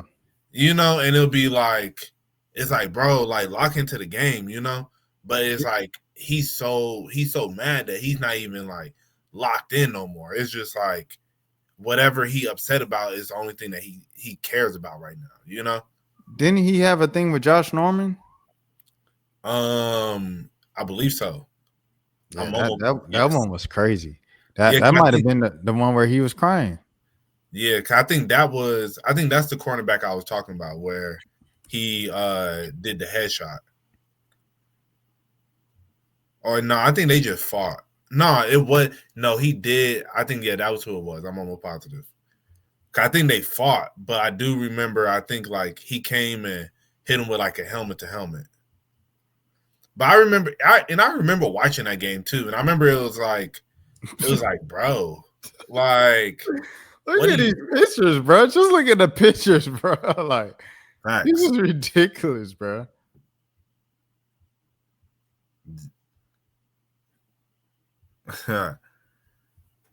Yeah, what They a done time, made bro. Facebook graphics out of it and everything. We come down from the bottom, work our way up. how he act out. You gonna be Michael Jackson. Go around, dance and play, and not be a football player and not train the way you're supposed to. It goes to show. I hope I pull back this mask. What this dude really is. You saw it, Josh Norman. Yikes. Dang, I ain't gonna lie. We used to have real football. We had real sports. Right.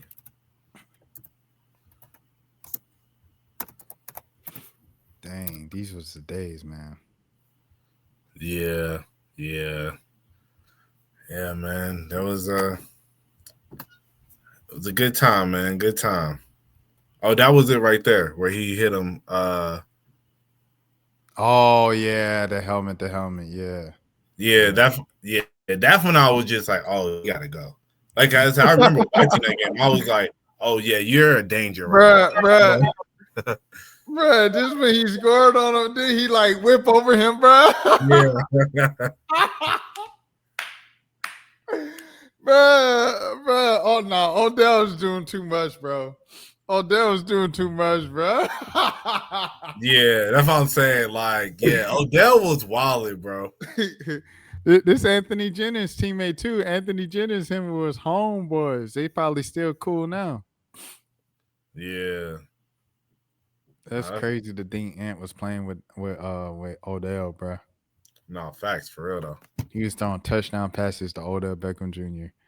Yet when he stepped over him and hey yo, that was a good times, bro.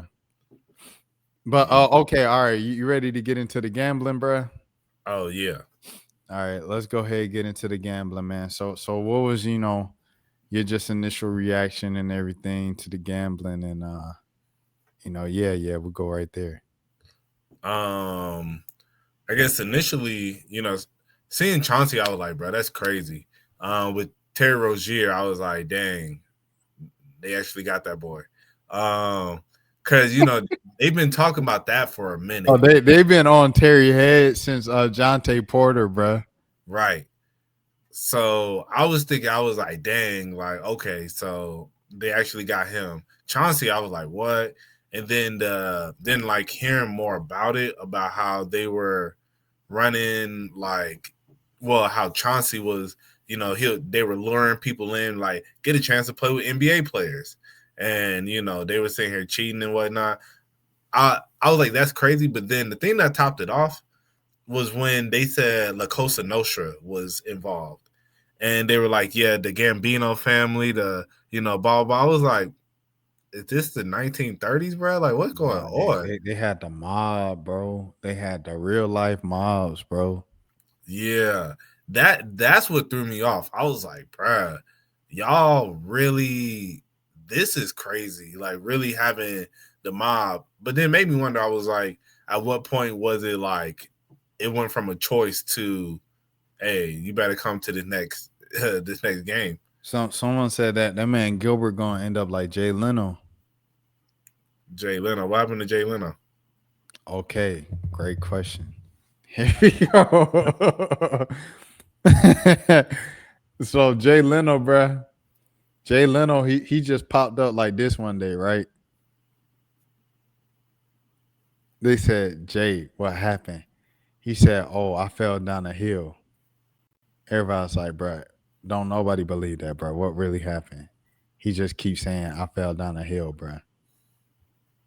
Wow. And then we kind of just left it at that, and then moved on to the next thing, bro. Right. Yeah. No, I didn't even. Yeah. I mean, I could see that. So they said that man Gilbert Arenas, he keep making jokes about this. He gonna end up like Jay Leno. Facts. Yeah, bro. But I mean, it's crazy, bro.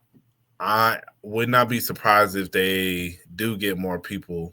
You know, people start snitching, and then more people are involved. But overall, though, I think, you know, I definitely feel like this is a very unfortunate situation, and them boys will never see a NBA basketball court ever again.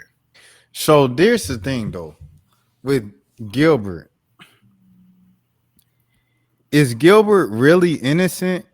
If, like, remember when he got out, he said, "I had nothing to do with it. I just owned the house." Yeah.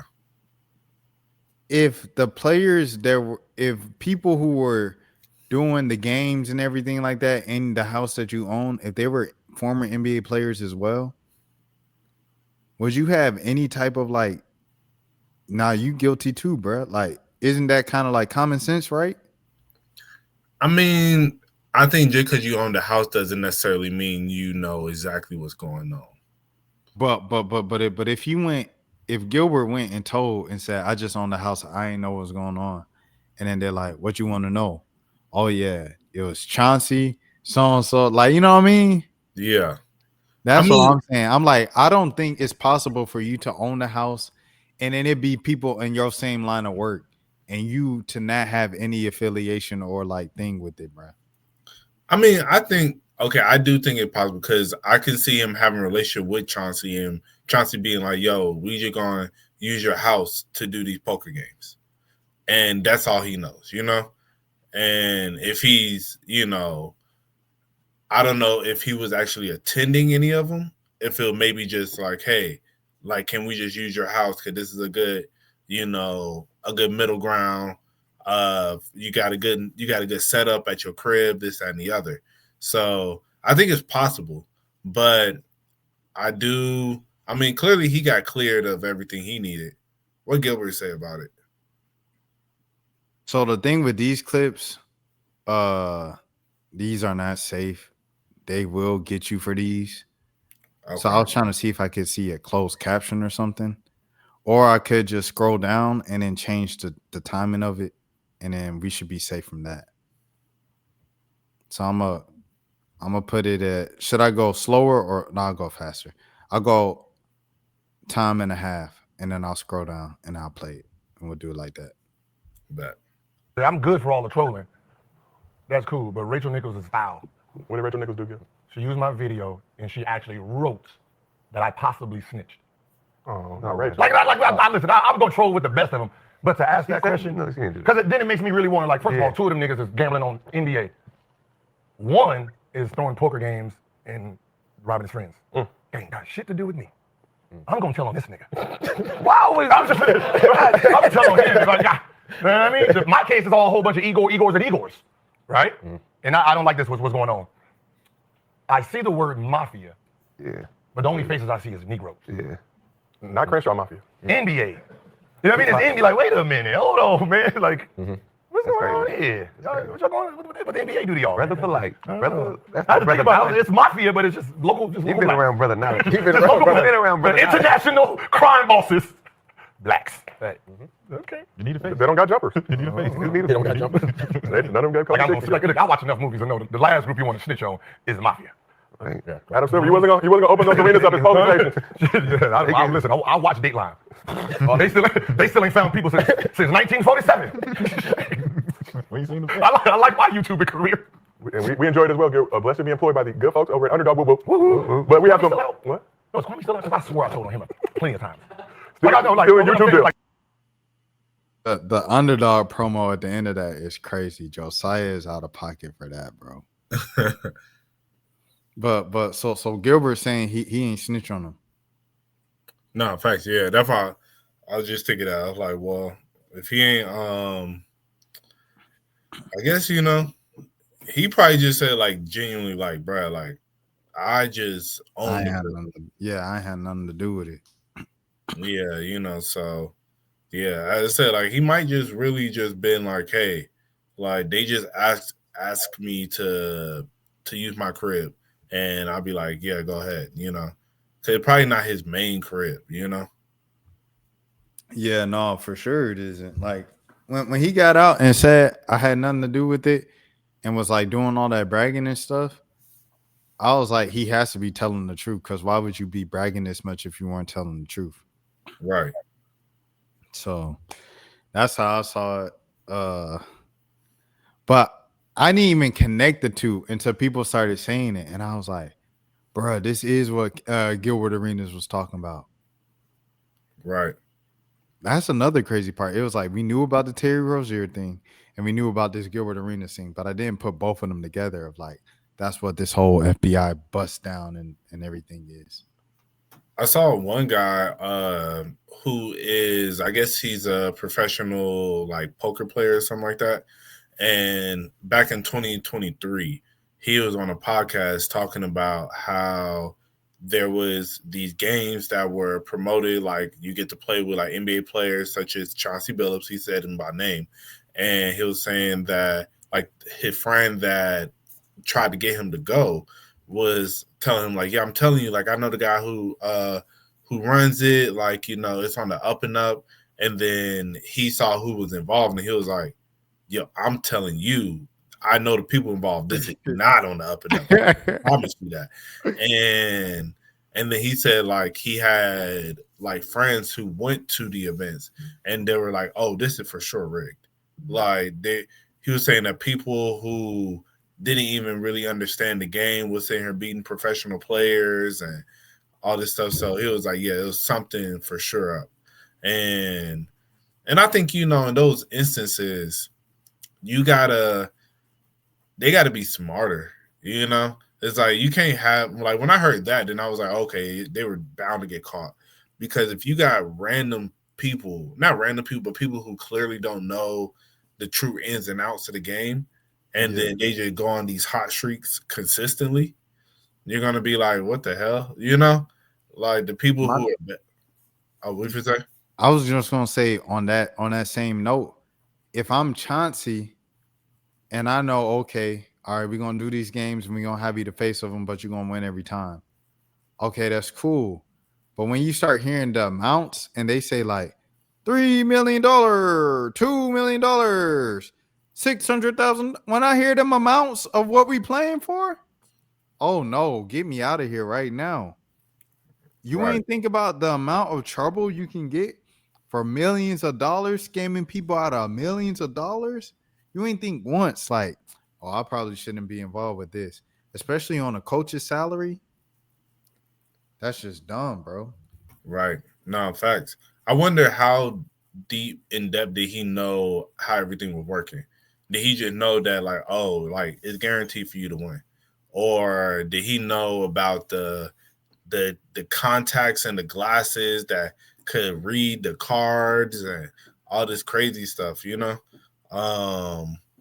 So like I don't know. I'm curious how deep he was really into it, but I think it's just they weren't smart with it. If you're gonna do, and that's how people always get caught. You get too greedy. It's like, bro, it would have made sense for you to have other professional players come in, like people who clear, or just teach the people who are about to play, like give them full in-depth knowledge of how to play the game.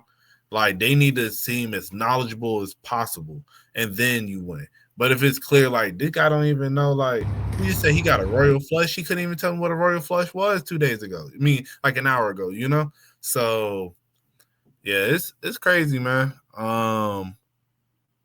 That Chauncey. Yeah, this was when Chauncey got out earlier today, and he wearing a Clutch sports hoodie. That's probably what he got arrested in. Yeah, they was like the Clutch hoodie is crazy. Yeah, that's what I was thinking. I was like, I know.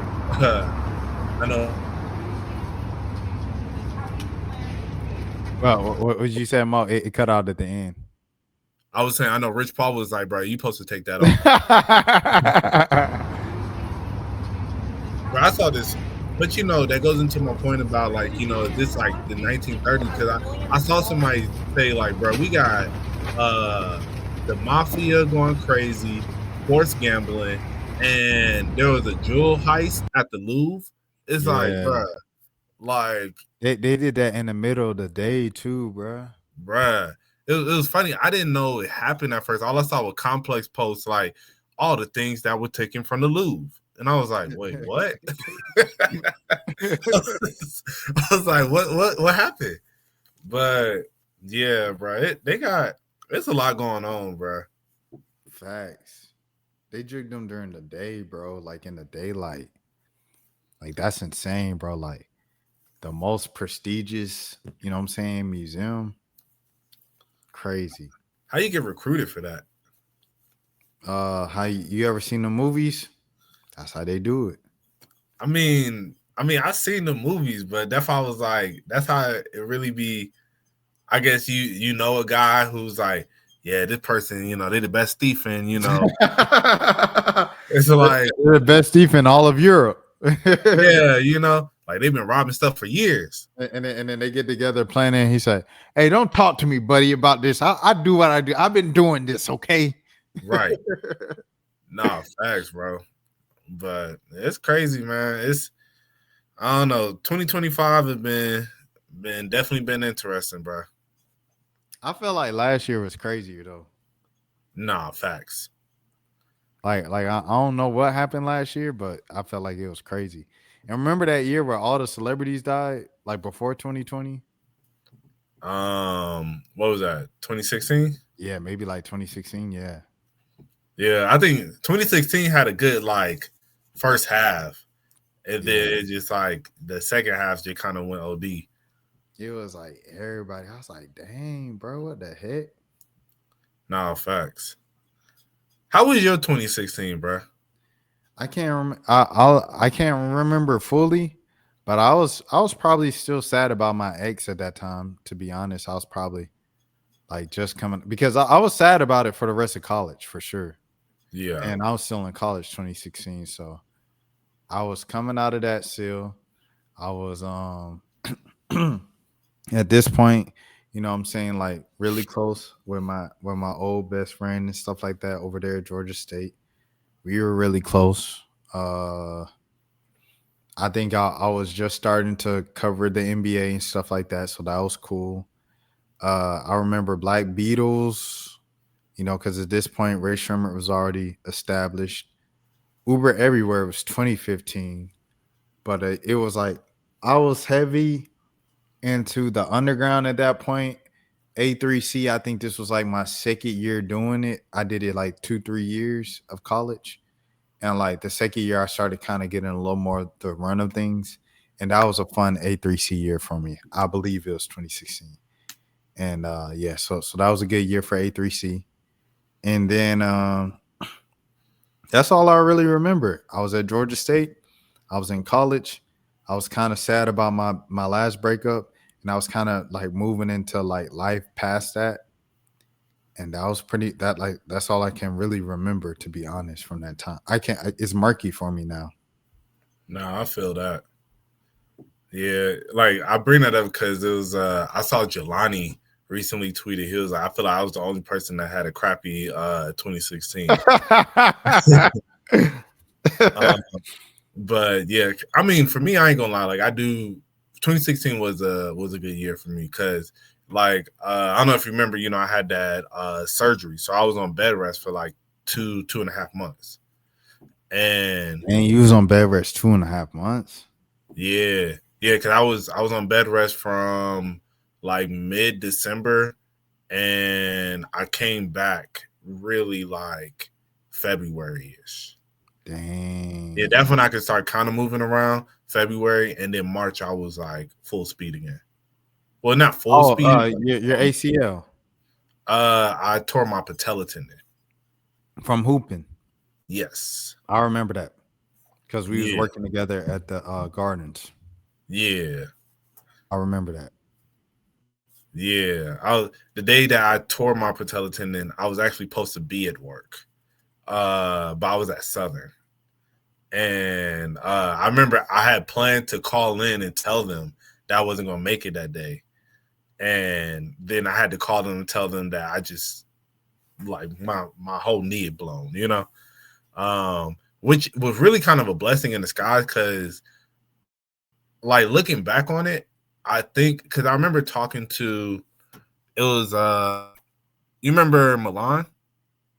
Yeah, shout out to Milan.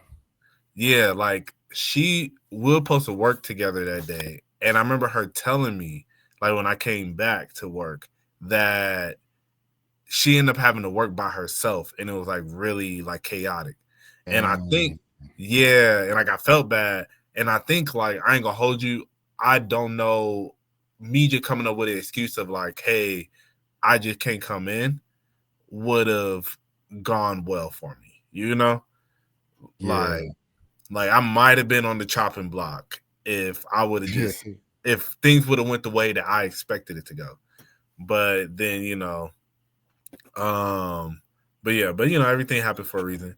But so I was on, as I said, bed rest for a couple months. So then I was back outside. So it was like, the start of a new life. And then I went to Magic because that's when I turned 21. Like we turned 21 that year. So I went to Magic for the first time. That was lit, and and then it was just I had a lot of fun. Cause then that's when The Life of Pablo dropped, like Views dropped. It was just like a bunch of music dropped. So funny. I felt like I remember saying this. I used to say like, yeah, man, my the women treat me different now that I got this new knee. Yeah, bro. But it was a good time, bro. That was a good time. 2015 was a good year for me, bro. Okay. Yeah, 2015 was lit too. Like, I think, I would just say I really hadn't. I think 2024 was not the best year. And 2023 it took me a minute. Yeah, like 2024 wasn't the best, and then 2023 I feel like it was cool, but I feel like every year before that I felt like I never had like a bad year, but then it was like so then I would kind of like I think it started a spiral of like things kind of going off the rails a little bit because it was what was the start of that? Me and my ex breaking up. Oh, and what year was that? That was 2023. Okay. Yeah. Okay. But I think honestly though, I feel like I was already kind of like, to be honest, I was at a place in my life where I was already kind of just like wilding, just to be real, which kind of led to me and my ex breaking up, So and I think it just like we broke up, and then I was just kind of like, I'm free, I can do whatever now. And then and I was just outside just doing too much, Yeah, 2015. That's when my mixtape came out. Right. So that junk, I remember that. Like that was probably one of the more fun summers I ever had was when my tape came out. And then remember it was when Larry Lee Dirty Dingy mixtape came out, and they had the album release party in the garage, but the whole city came out, and Mike G was there from Mob Feature, and Brandon Thomas, who produced You Guessed It, was DJing, and it went up, and then the cops shut it down, and they was like, I never seen this many people, and like, we really shut it down, bro. And Larry never got to perform, and I wish, bro, if they got, I really wanted them to perform that night, bro. But I seen them perform like 3 other times later that year for free, and I was like, dang. But that one night where everybody was there just for them, it would have been special, bro. No, facts. You remember we did that interview? Yeah, and never saw it. Bruh, facts. bro. I be texting, bro. Every now and again, I texted him on his birthday. Really? Yeah, or I texted them. Excuse me. Right. Oh, I didn't know they were them now. Yeah. So I texted them on their birthday. And you know, cause I was asking questions to people back then, like Rob or Lou and stuff like that, like what they meant to like, cause they really the whole Marietta or Cobb County thing really was curated through them. Cause I didn't know like Benny, like I said, Benny, I just found out Benny went to South Cobb, but like Randy went to like Kell, and then the rest of Larry Lee went to Sprayberry. Like they Yeah. all went to different schools. So Mhm. it's like, bro is the one that brought all the Cobb County together, excuse me, and created like this larger movement that never would have been possible if everybody didn't come together and kind of build together. Right. And that was a real, like you say, Marietta separated from Cobb moment, because we had no idea about it in Marietta. Marietta, Facts. it was just us and Lurk. And you know, we scrounging around for 1,000 plays. Meanwhile, Cobb County done assembled together. They getting 20,000 plays. Yachty over there. Yachty, you know, blew up from that and stuff like that. So it's like, dang, it's a whole nother world in the same county we were in, just on the different side, because Marietta kind of by themselves.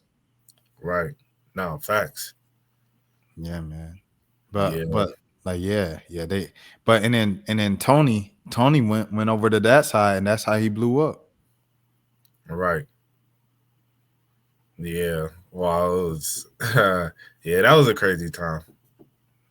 Yeah, man. So I say that 2015 era, because that was also the era I was into Lil Dicky, and I went to the Lil Dicky show on Halloween in Atlanta. I went to the Leanne LaHavis show that fall. Yeah, that was a pretty good year, bro. 2015, I'm not gonna lie. 2016, the music came out, and I had some fun times for sure in 2016. Like you said, I think ever since my junior year of high school, when we first started going to the basketball games, I always say every year since then it's had like great fun moments for sure. Yeah, they've all had, even the years where I've had like the worst moments of my life, and I hate those years because of those moments. They had good moments in those years too. You know, 2014 had some good moments. 20, I think it was 22. When did you know what I'm saying, rest in peace, Sierra. When that happened? And Sierra who? See, I think that was, where was I when I've heard that? I want to say that was like, that might have been 22 or 23. Yeah, that year was a bad year. Yeah, that year was a bad year for sure. Cause everything, it wasn't a bad year, it was a bad couple months. Mm-hmm. Cause that junk happened at just the worst time for me, bro. That junk just happened at a bad time for sure. Yeah. Yeah, and I agree with that. Yeah. I would say, you know, for me, I always look at, you know, I say like there's always high points within, you know, the low. So even for me, like last year, I think it wasn't the best year, but I feel like, man, you know, it wasn't a bad year, you know. I'm like, hey, you know, I was still alive, you know. I am still alive, you know. He said I was. But yeah, you know, and it's just like, yeah, you know, you have moments that suck, but like even like right before, like, you know, I had a rocky end of the year, but right before that, you know, I was at one music fest, like got VIP tickets, you know. Yeah. So I'm like, bro, you know, it'd be ups and downs. You feel me? Like, Yeah, the highs and the lows. Right, you know. So I'm like, hey, you gotta take it as it comes. But Yeah. speaking of, I'm going to one music fest on Saturday. Dang, that's already this weekend? Yeah. Dang. You excited? Oh yeah.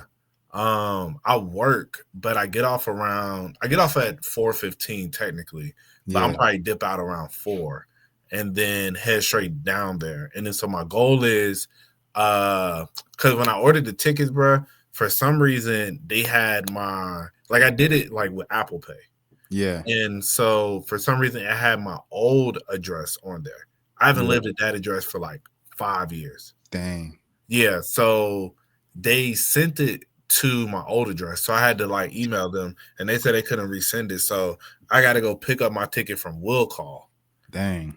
Yeah. So I got to go straight down there. Once I get off. And then so my goal is to try and get there, get my ticket and everything, and be in the function by the stage by 5:30, because that's when Wale performs. Okay, yeah.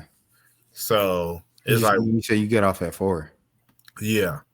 Okay. So it's gonna take me about an hour to get down there already. Yeah, you know? yeah. So How you going? I'm Uber.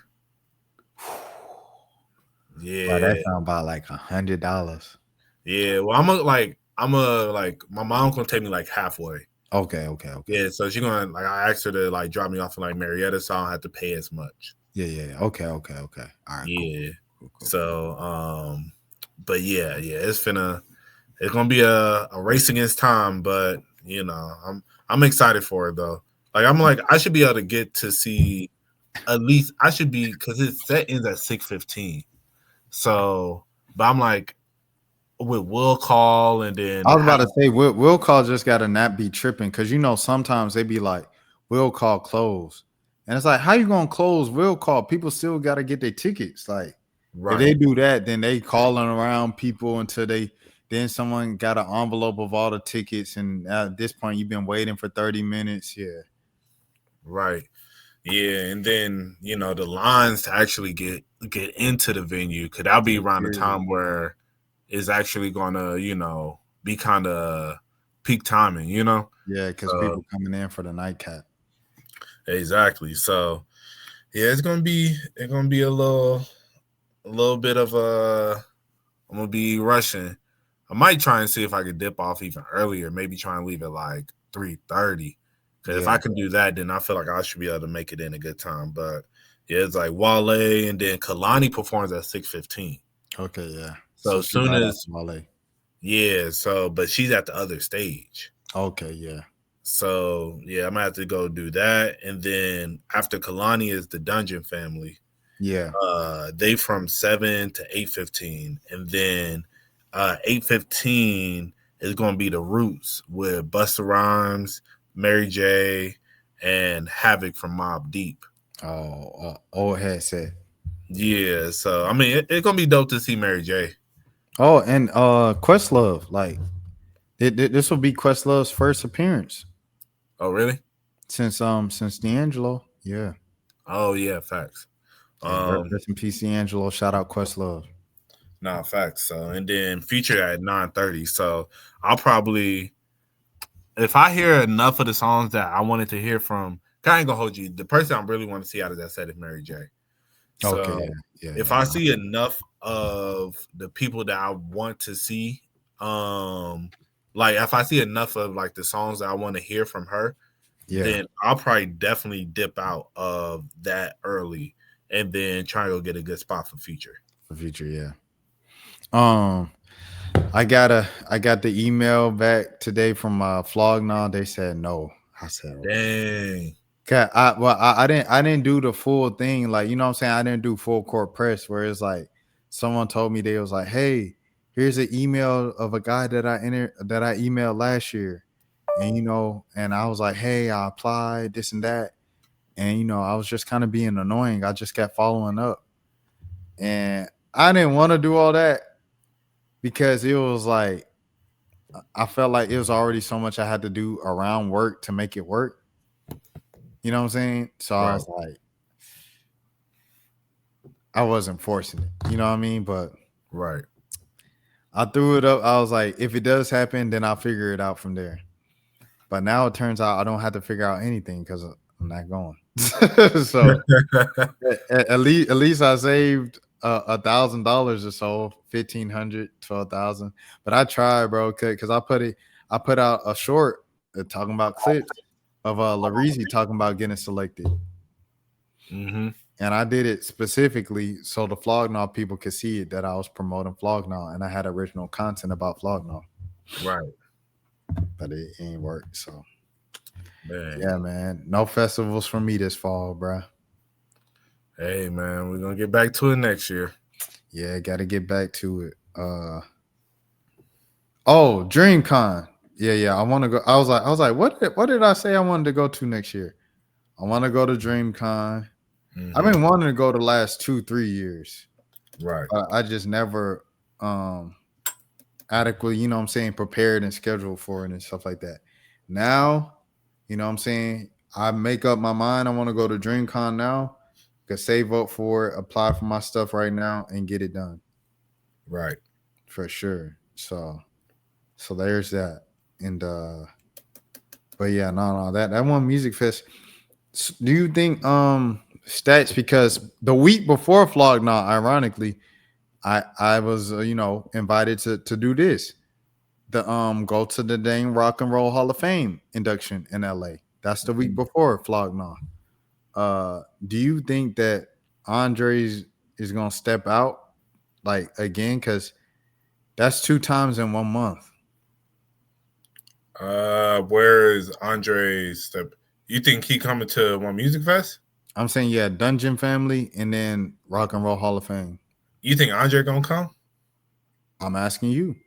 I ain't gonna lie. I don't think Andre gonna be there. Don't think so? Low key, no. Low key. I'm gonna be real. Like I really did not even factor that in. I'm just expecting CeeLo and Big Boy. Yeah. And Killer Mike. Yeah. I could definitely see all of them pop out, but Andre. Yeah, on the bird, on the side, on the song, get a rain, on the fire, it rain to sing it along, sing along. I don't know though, cause bruh showed up to the. Remember when they did the little cookout, and he showed up to that? No, I don't remember that. Oh, they did a little cookout at the Dungeon House.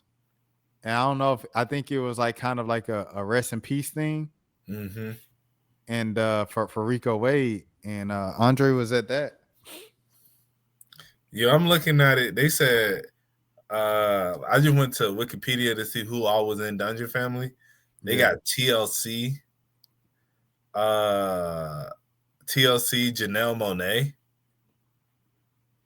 They part of everybody from LaFace. That's what it sounds like. It sounds like they throwing LaFace people in to Dungeon Family. I guess so. I'm like, I have not because Janelle Monáe was with the Purple Ribbon All Stars with Big Boy. Wait, hold on, bro. Look at this, bro. Of the Dungeon Family, man, we about to turn the F up, and we love y'all for coming out and doing it with us. I'm gonna say you'll never see this again unless. What you thinking, bruh? I mean, hey, we gonna see, bro. If Andre come out, that's gonna be crazy. Like, yeah, I must fly, and I fly like a bird, and I sing in a song, and I need you to sing along. I can see him popping out. Sing along. They got him in the promo. Loves it when you sing that. See, they keep showing him. Bro. No, they done show Andre about 3 times in this tribute in this little thing, bro. And it's a Rico Wade tribute, bro. Facts. No, you're right. That's what I'm saying. Like, I can see him popping out. You know. No, let me see the comments. Oh, it's just one comment. Bro, you seen the allegations Leon Thomas was in? Nah. See, I ain't talk about it on stream because it's just a girl from Twitter, and she put in a Twitter thread. You know, with that stuff, you can't take that as law. But you know, What they I say? got to be careful for legal reasons. But yeah, she said this a girl. You remember it was a girl on TikTok a long time ago who said like she was taken advantage of by Sage the Gemini. Nah. So it's the same girl that said she was taken advantage by Sage the Gemini. And this is another reason why I said it, because they done it before, like a few years ago. And this is the last time Outkast performed together. Rico was still living. Rest in Yeah, peace, definitely. Rico Like Williams. I didn't know, seeing that they performed at One Music Fest all together last time. I think Andre could pop out. I think But see, this how he did it, bro. He showed up at the end, and then he just performed to the screen, bro. Like he facing the crowd here. so fresh, so clean. Okay. With Sleepy Brown, ain't nobody else. I'm just so fresh and clean. Yeah, that's crazy. Yeah, now I'm more excited. I'm to see, like, I was already excited to see the Dungeon Family, but now I'm like, yeah, they definitely like pull out a couple of songs. He really him, bro.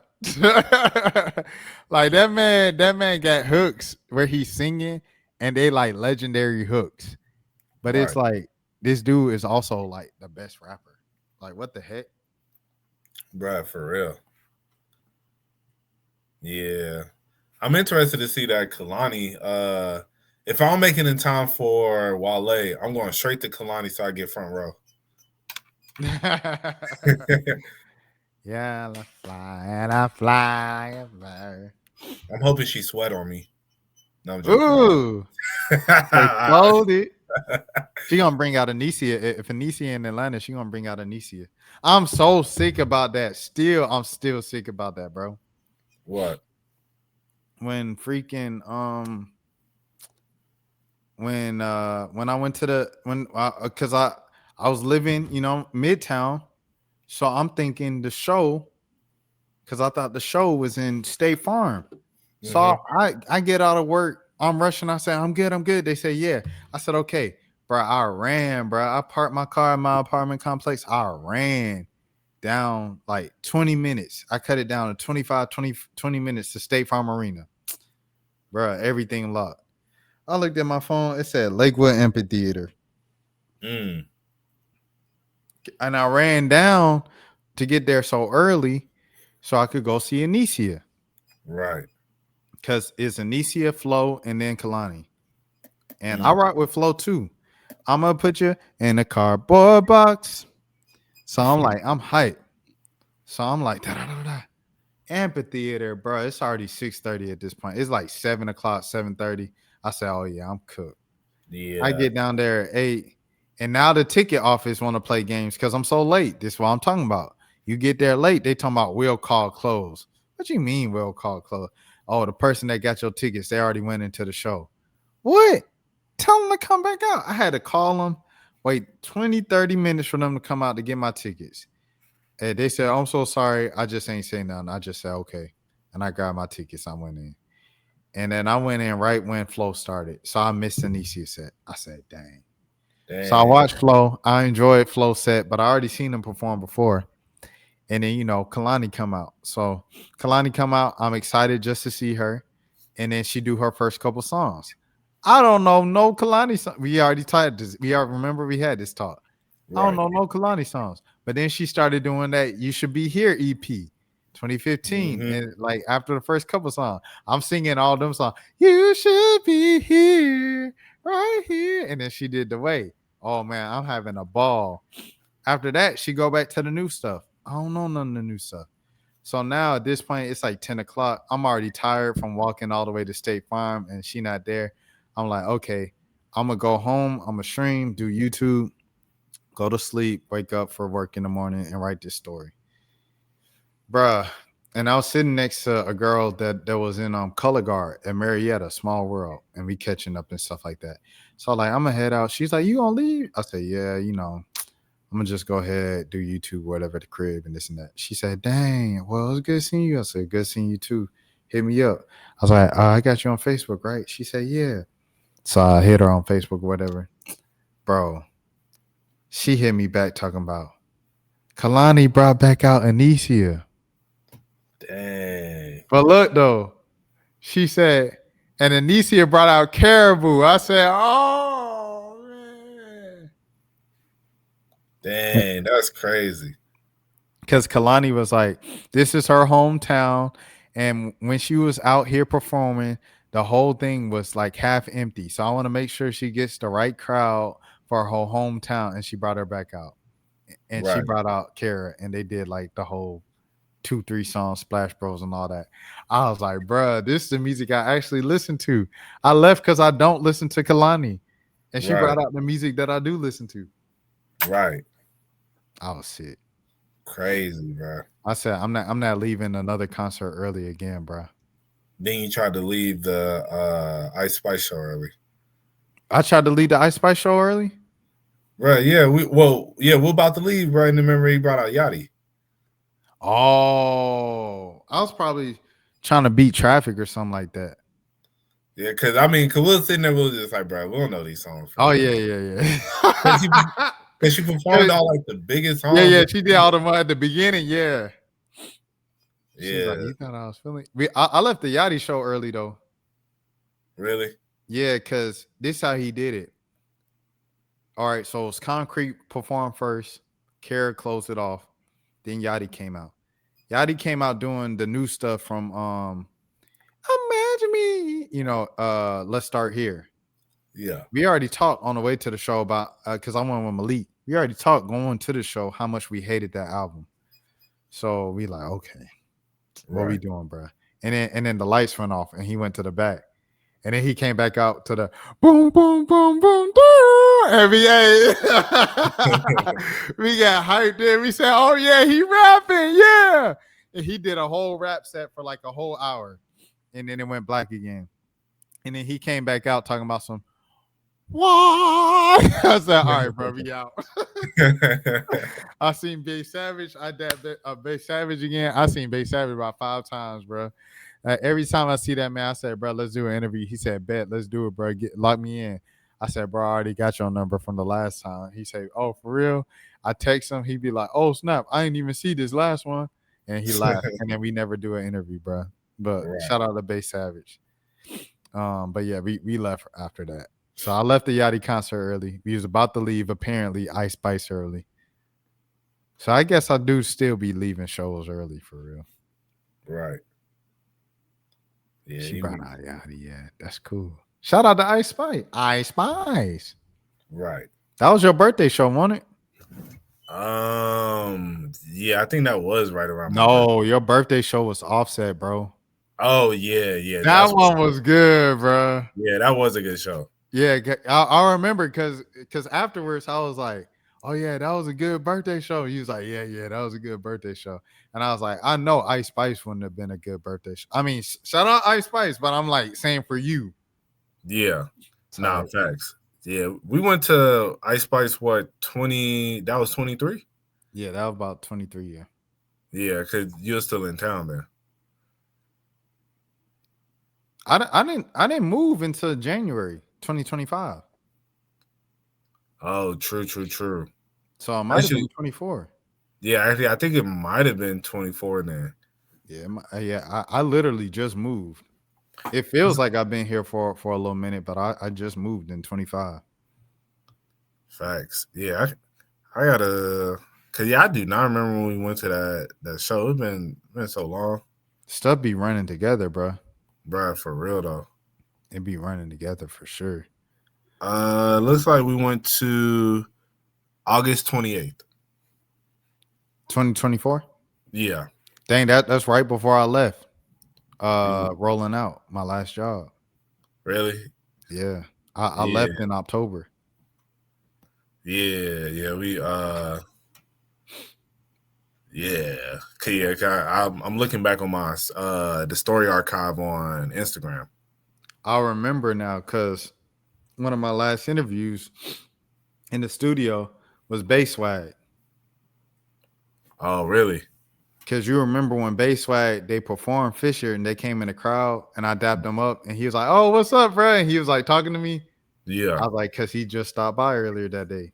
Right. And then, but that's when I interviewed D. Lou. Oh. But I wasn't even supposed to interview D. Lou, bro. Mm. I was interviewing Bass Swag, but D. Lou came with him. Really? And D. Lou was just talking during the interview. So I said, bro, come up to the mic. Little did I know, bro, was going to become a star in streaming. Okay, I didn't know he was cool with Bass Swag. Bruh, D. Lou is a rapper. Yeah, I knew he made music. Yeah. But like, yeah, I don't really like be checking out his shit like that. Yeah, no, he like with the slizzies. So it was funny because he was trolling Tommy Richmond, and then Sonny Digital was like, "Bro, you a streamer, bro. You not a musician, bro. You can't just make fun of him, bro.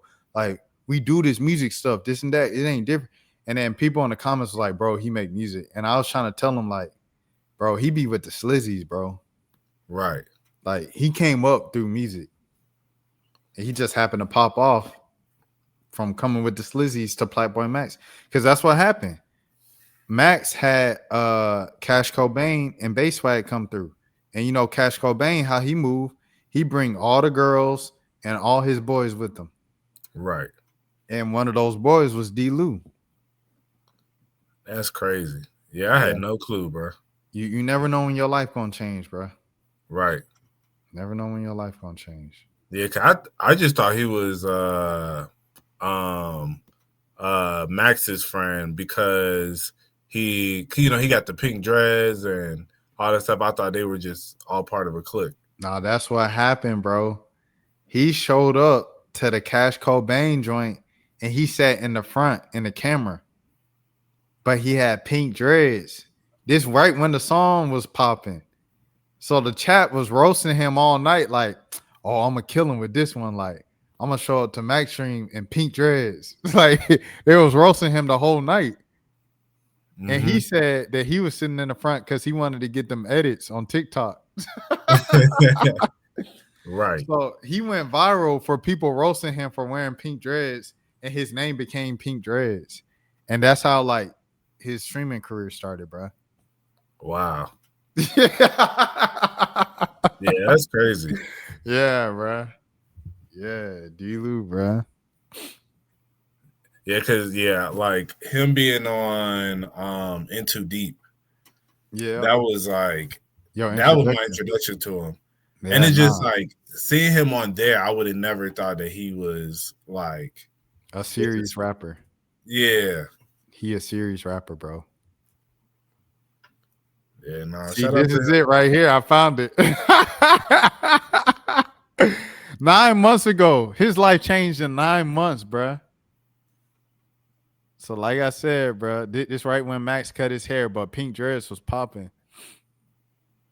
And he not here. He was, I think he left the camera then because people kept roasting him. So he got out the shot. But he was sitting like right here, bruh. I'm trying to see if there he is right there, bro. Right.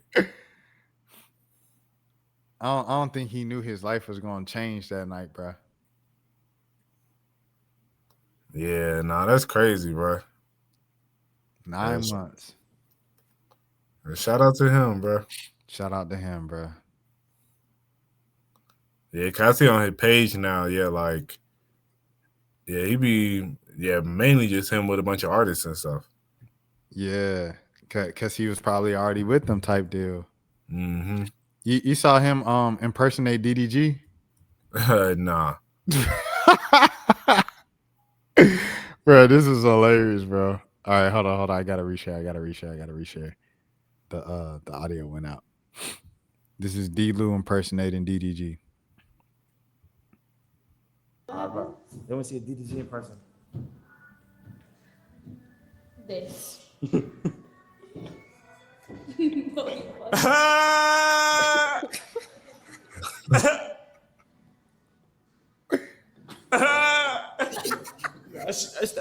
Let me see DDG pressure.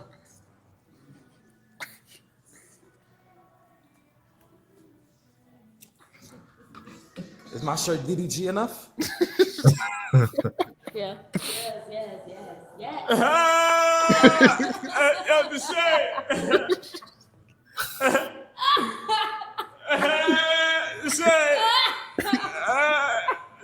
I got a Ferrari. I got a Ferrari.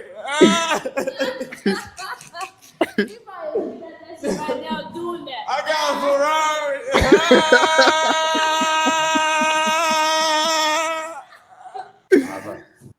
Oh, snap. But yeah, that's his DDG impression. That's funny. Yeah, nah, for real. But yeah. Shout out to D-Lou, man. Shout out to D-Lou for sure. I can change it at any moment, bro. Nah, for real, bro. But yeah, man. Was there anything else before we end the episode? Nah, that's pretty good, man. All right. So you guys heard it here first. Appreciate y'all tuning in. Another episode. Mo, please let the people know where they can find you. Find me on TikTok at Rubberband Mo. You can find me on Instagram at RBMO___. And you can find me on X at MoNose_. Bro, I was just thinking about it. We should probably all do that at the same time when you say that every episode. Hey, facts. Hey, so yeah, I'll make sure I do like a long drawn out. So it'll be obvious. Like, all right, we about to do that. All right, bet. Well, I appreciate all y'all, man, for listening and stuff like that. Another episode of 1 a.m. Jelani will be back next episode, hopefully. But until next time, man, y'all take care of yourselves. Peace. Chicks on your APs, looking like weeds. Haven't seen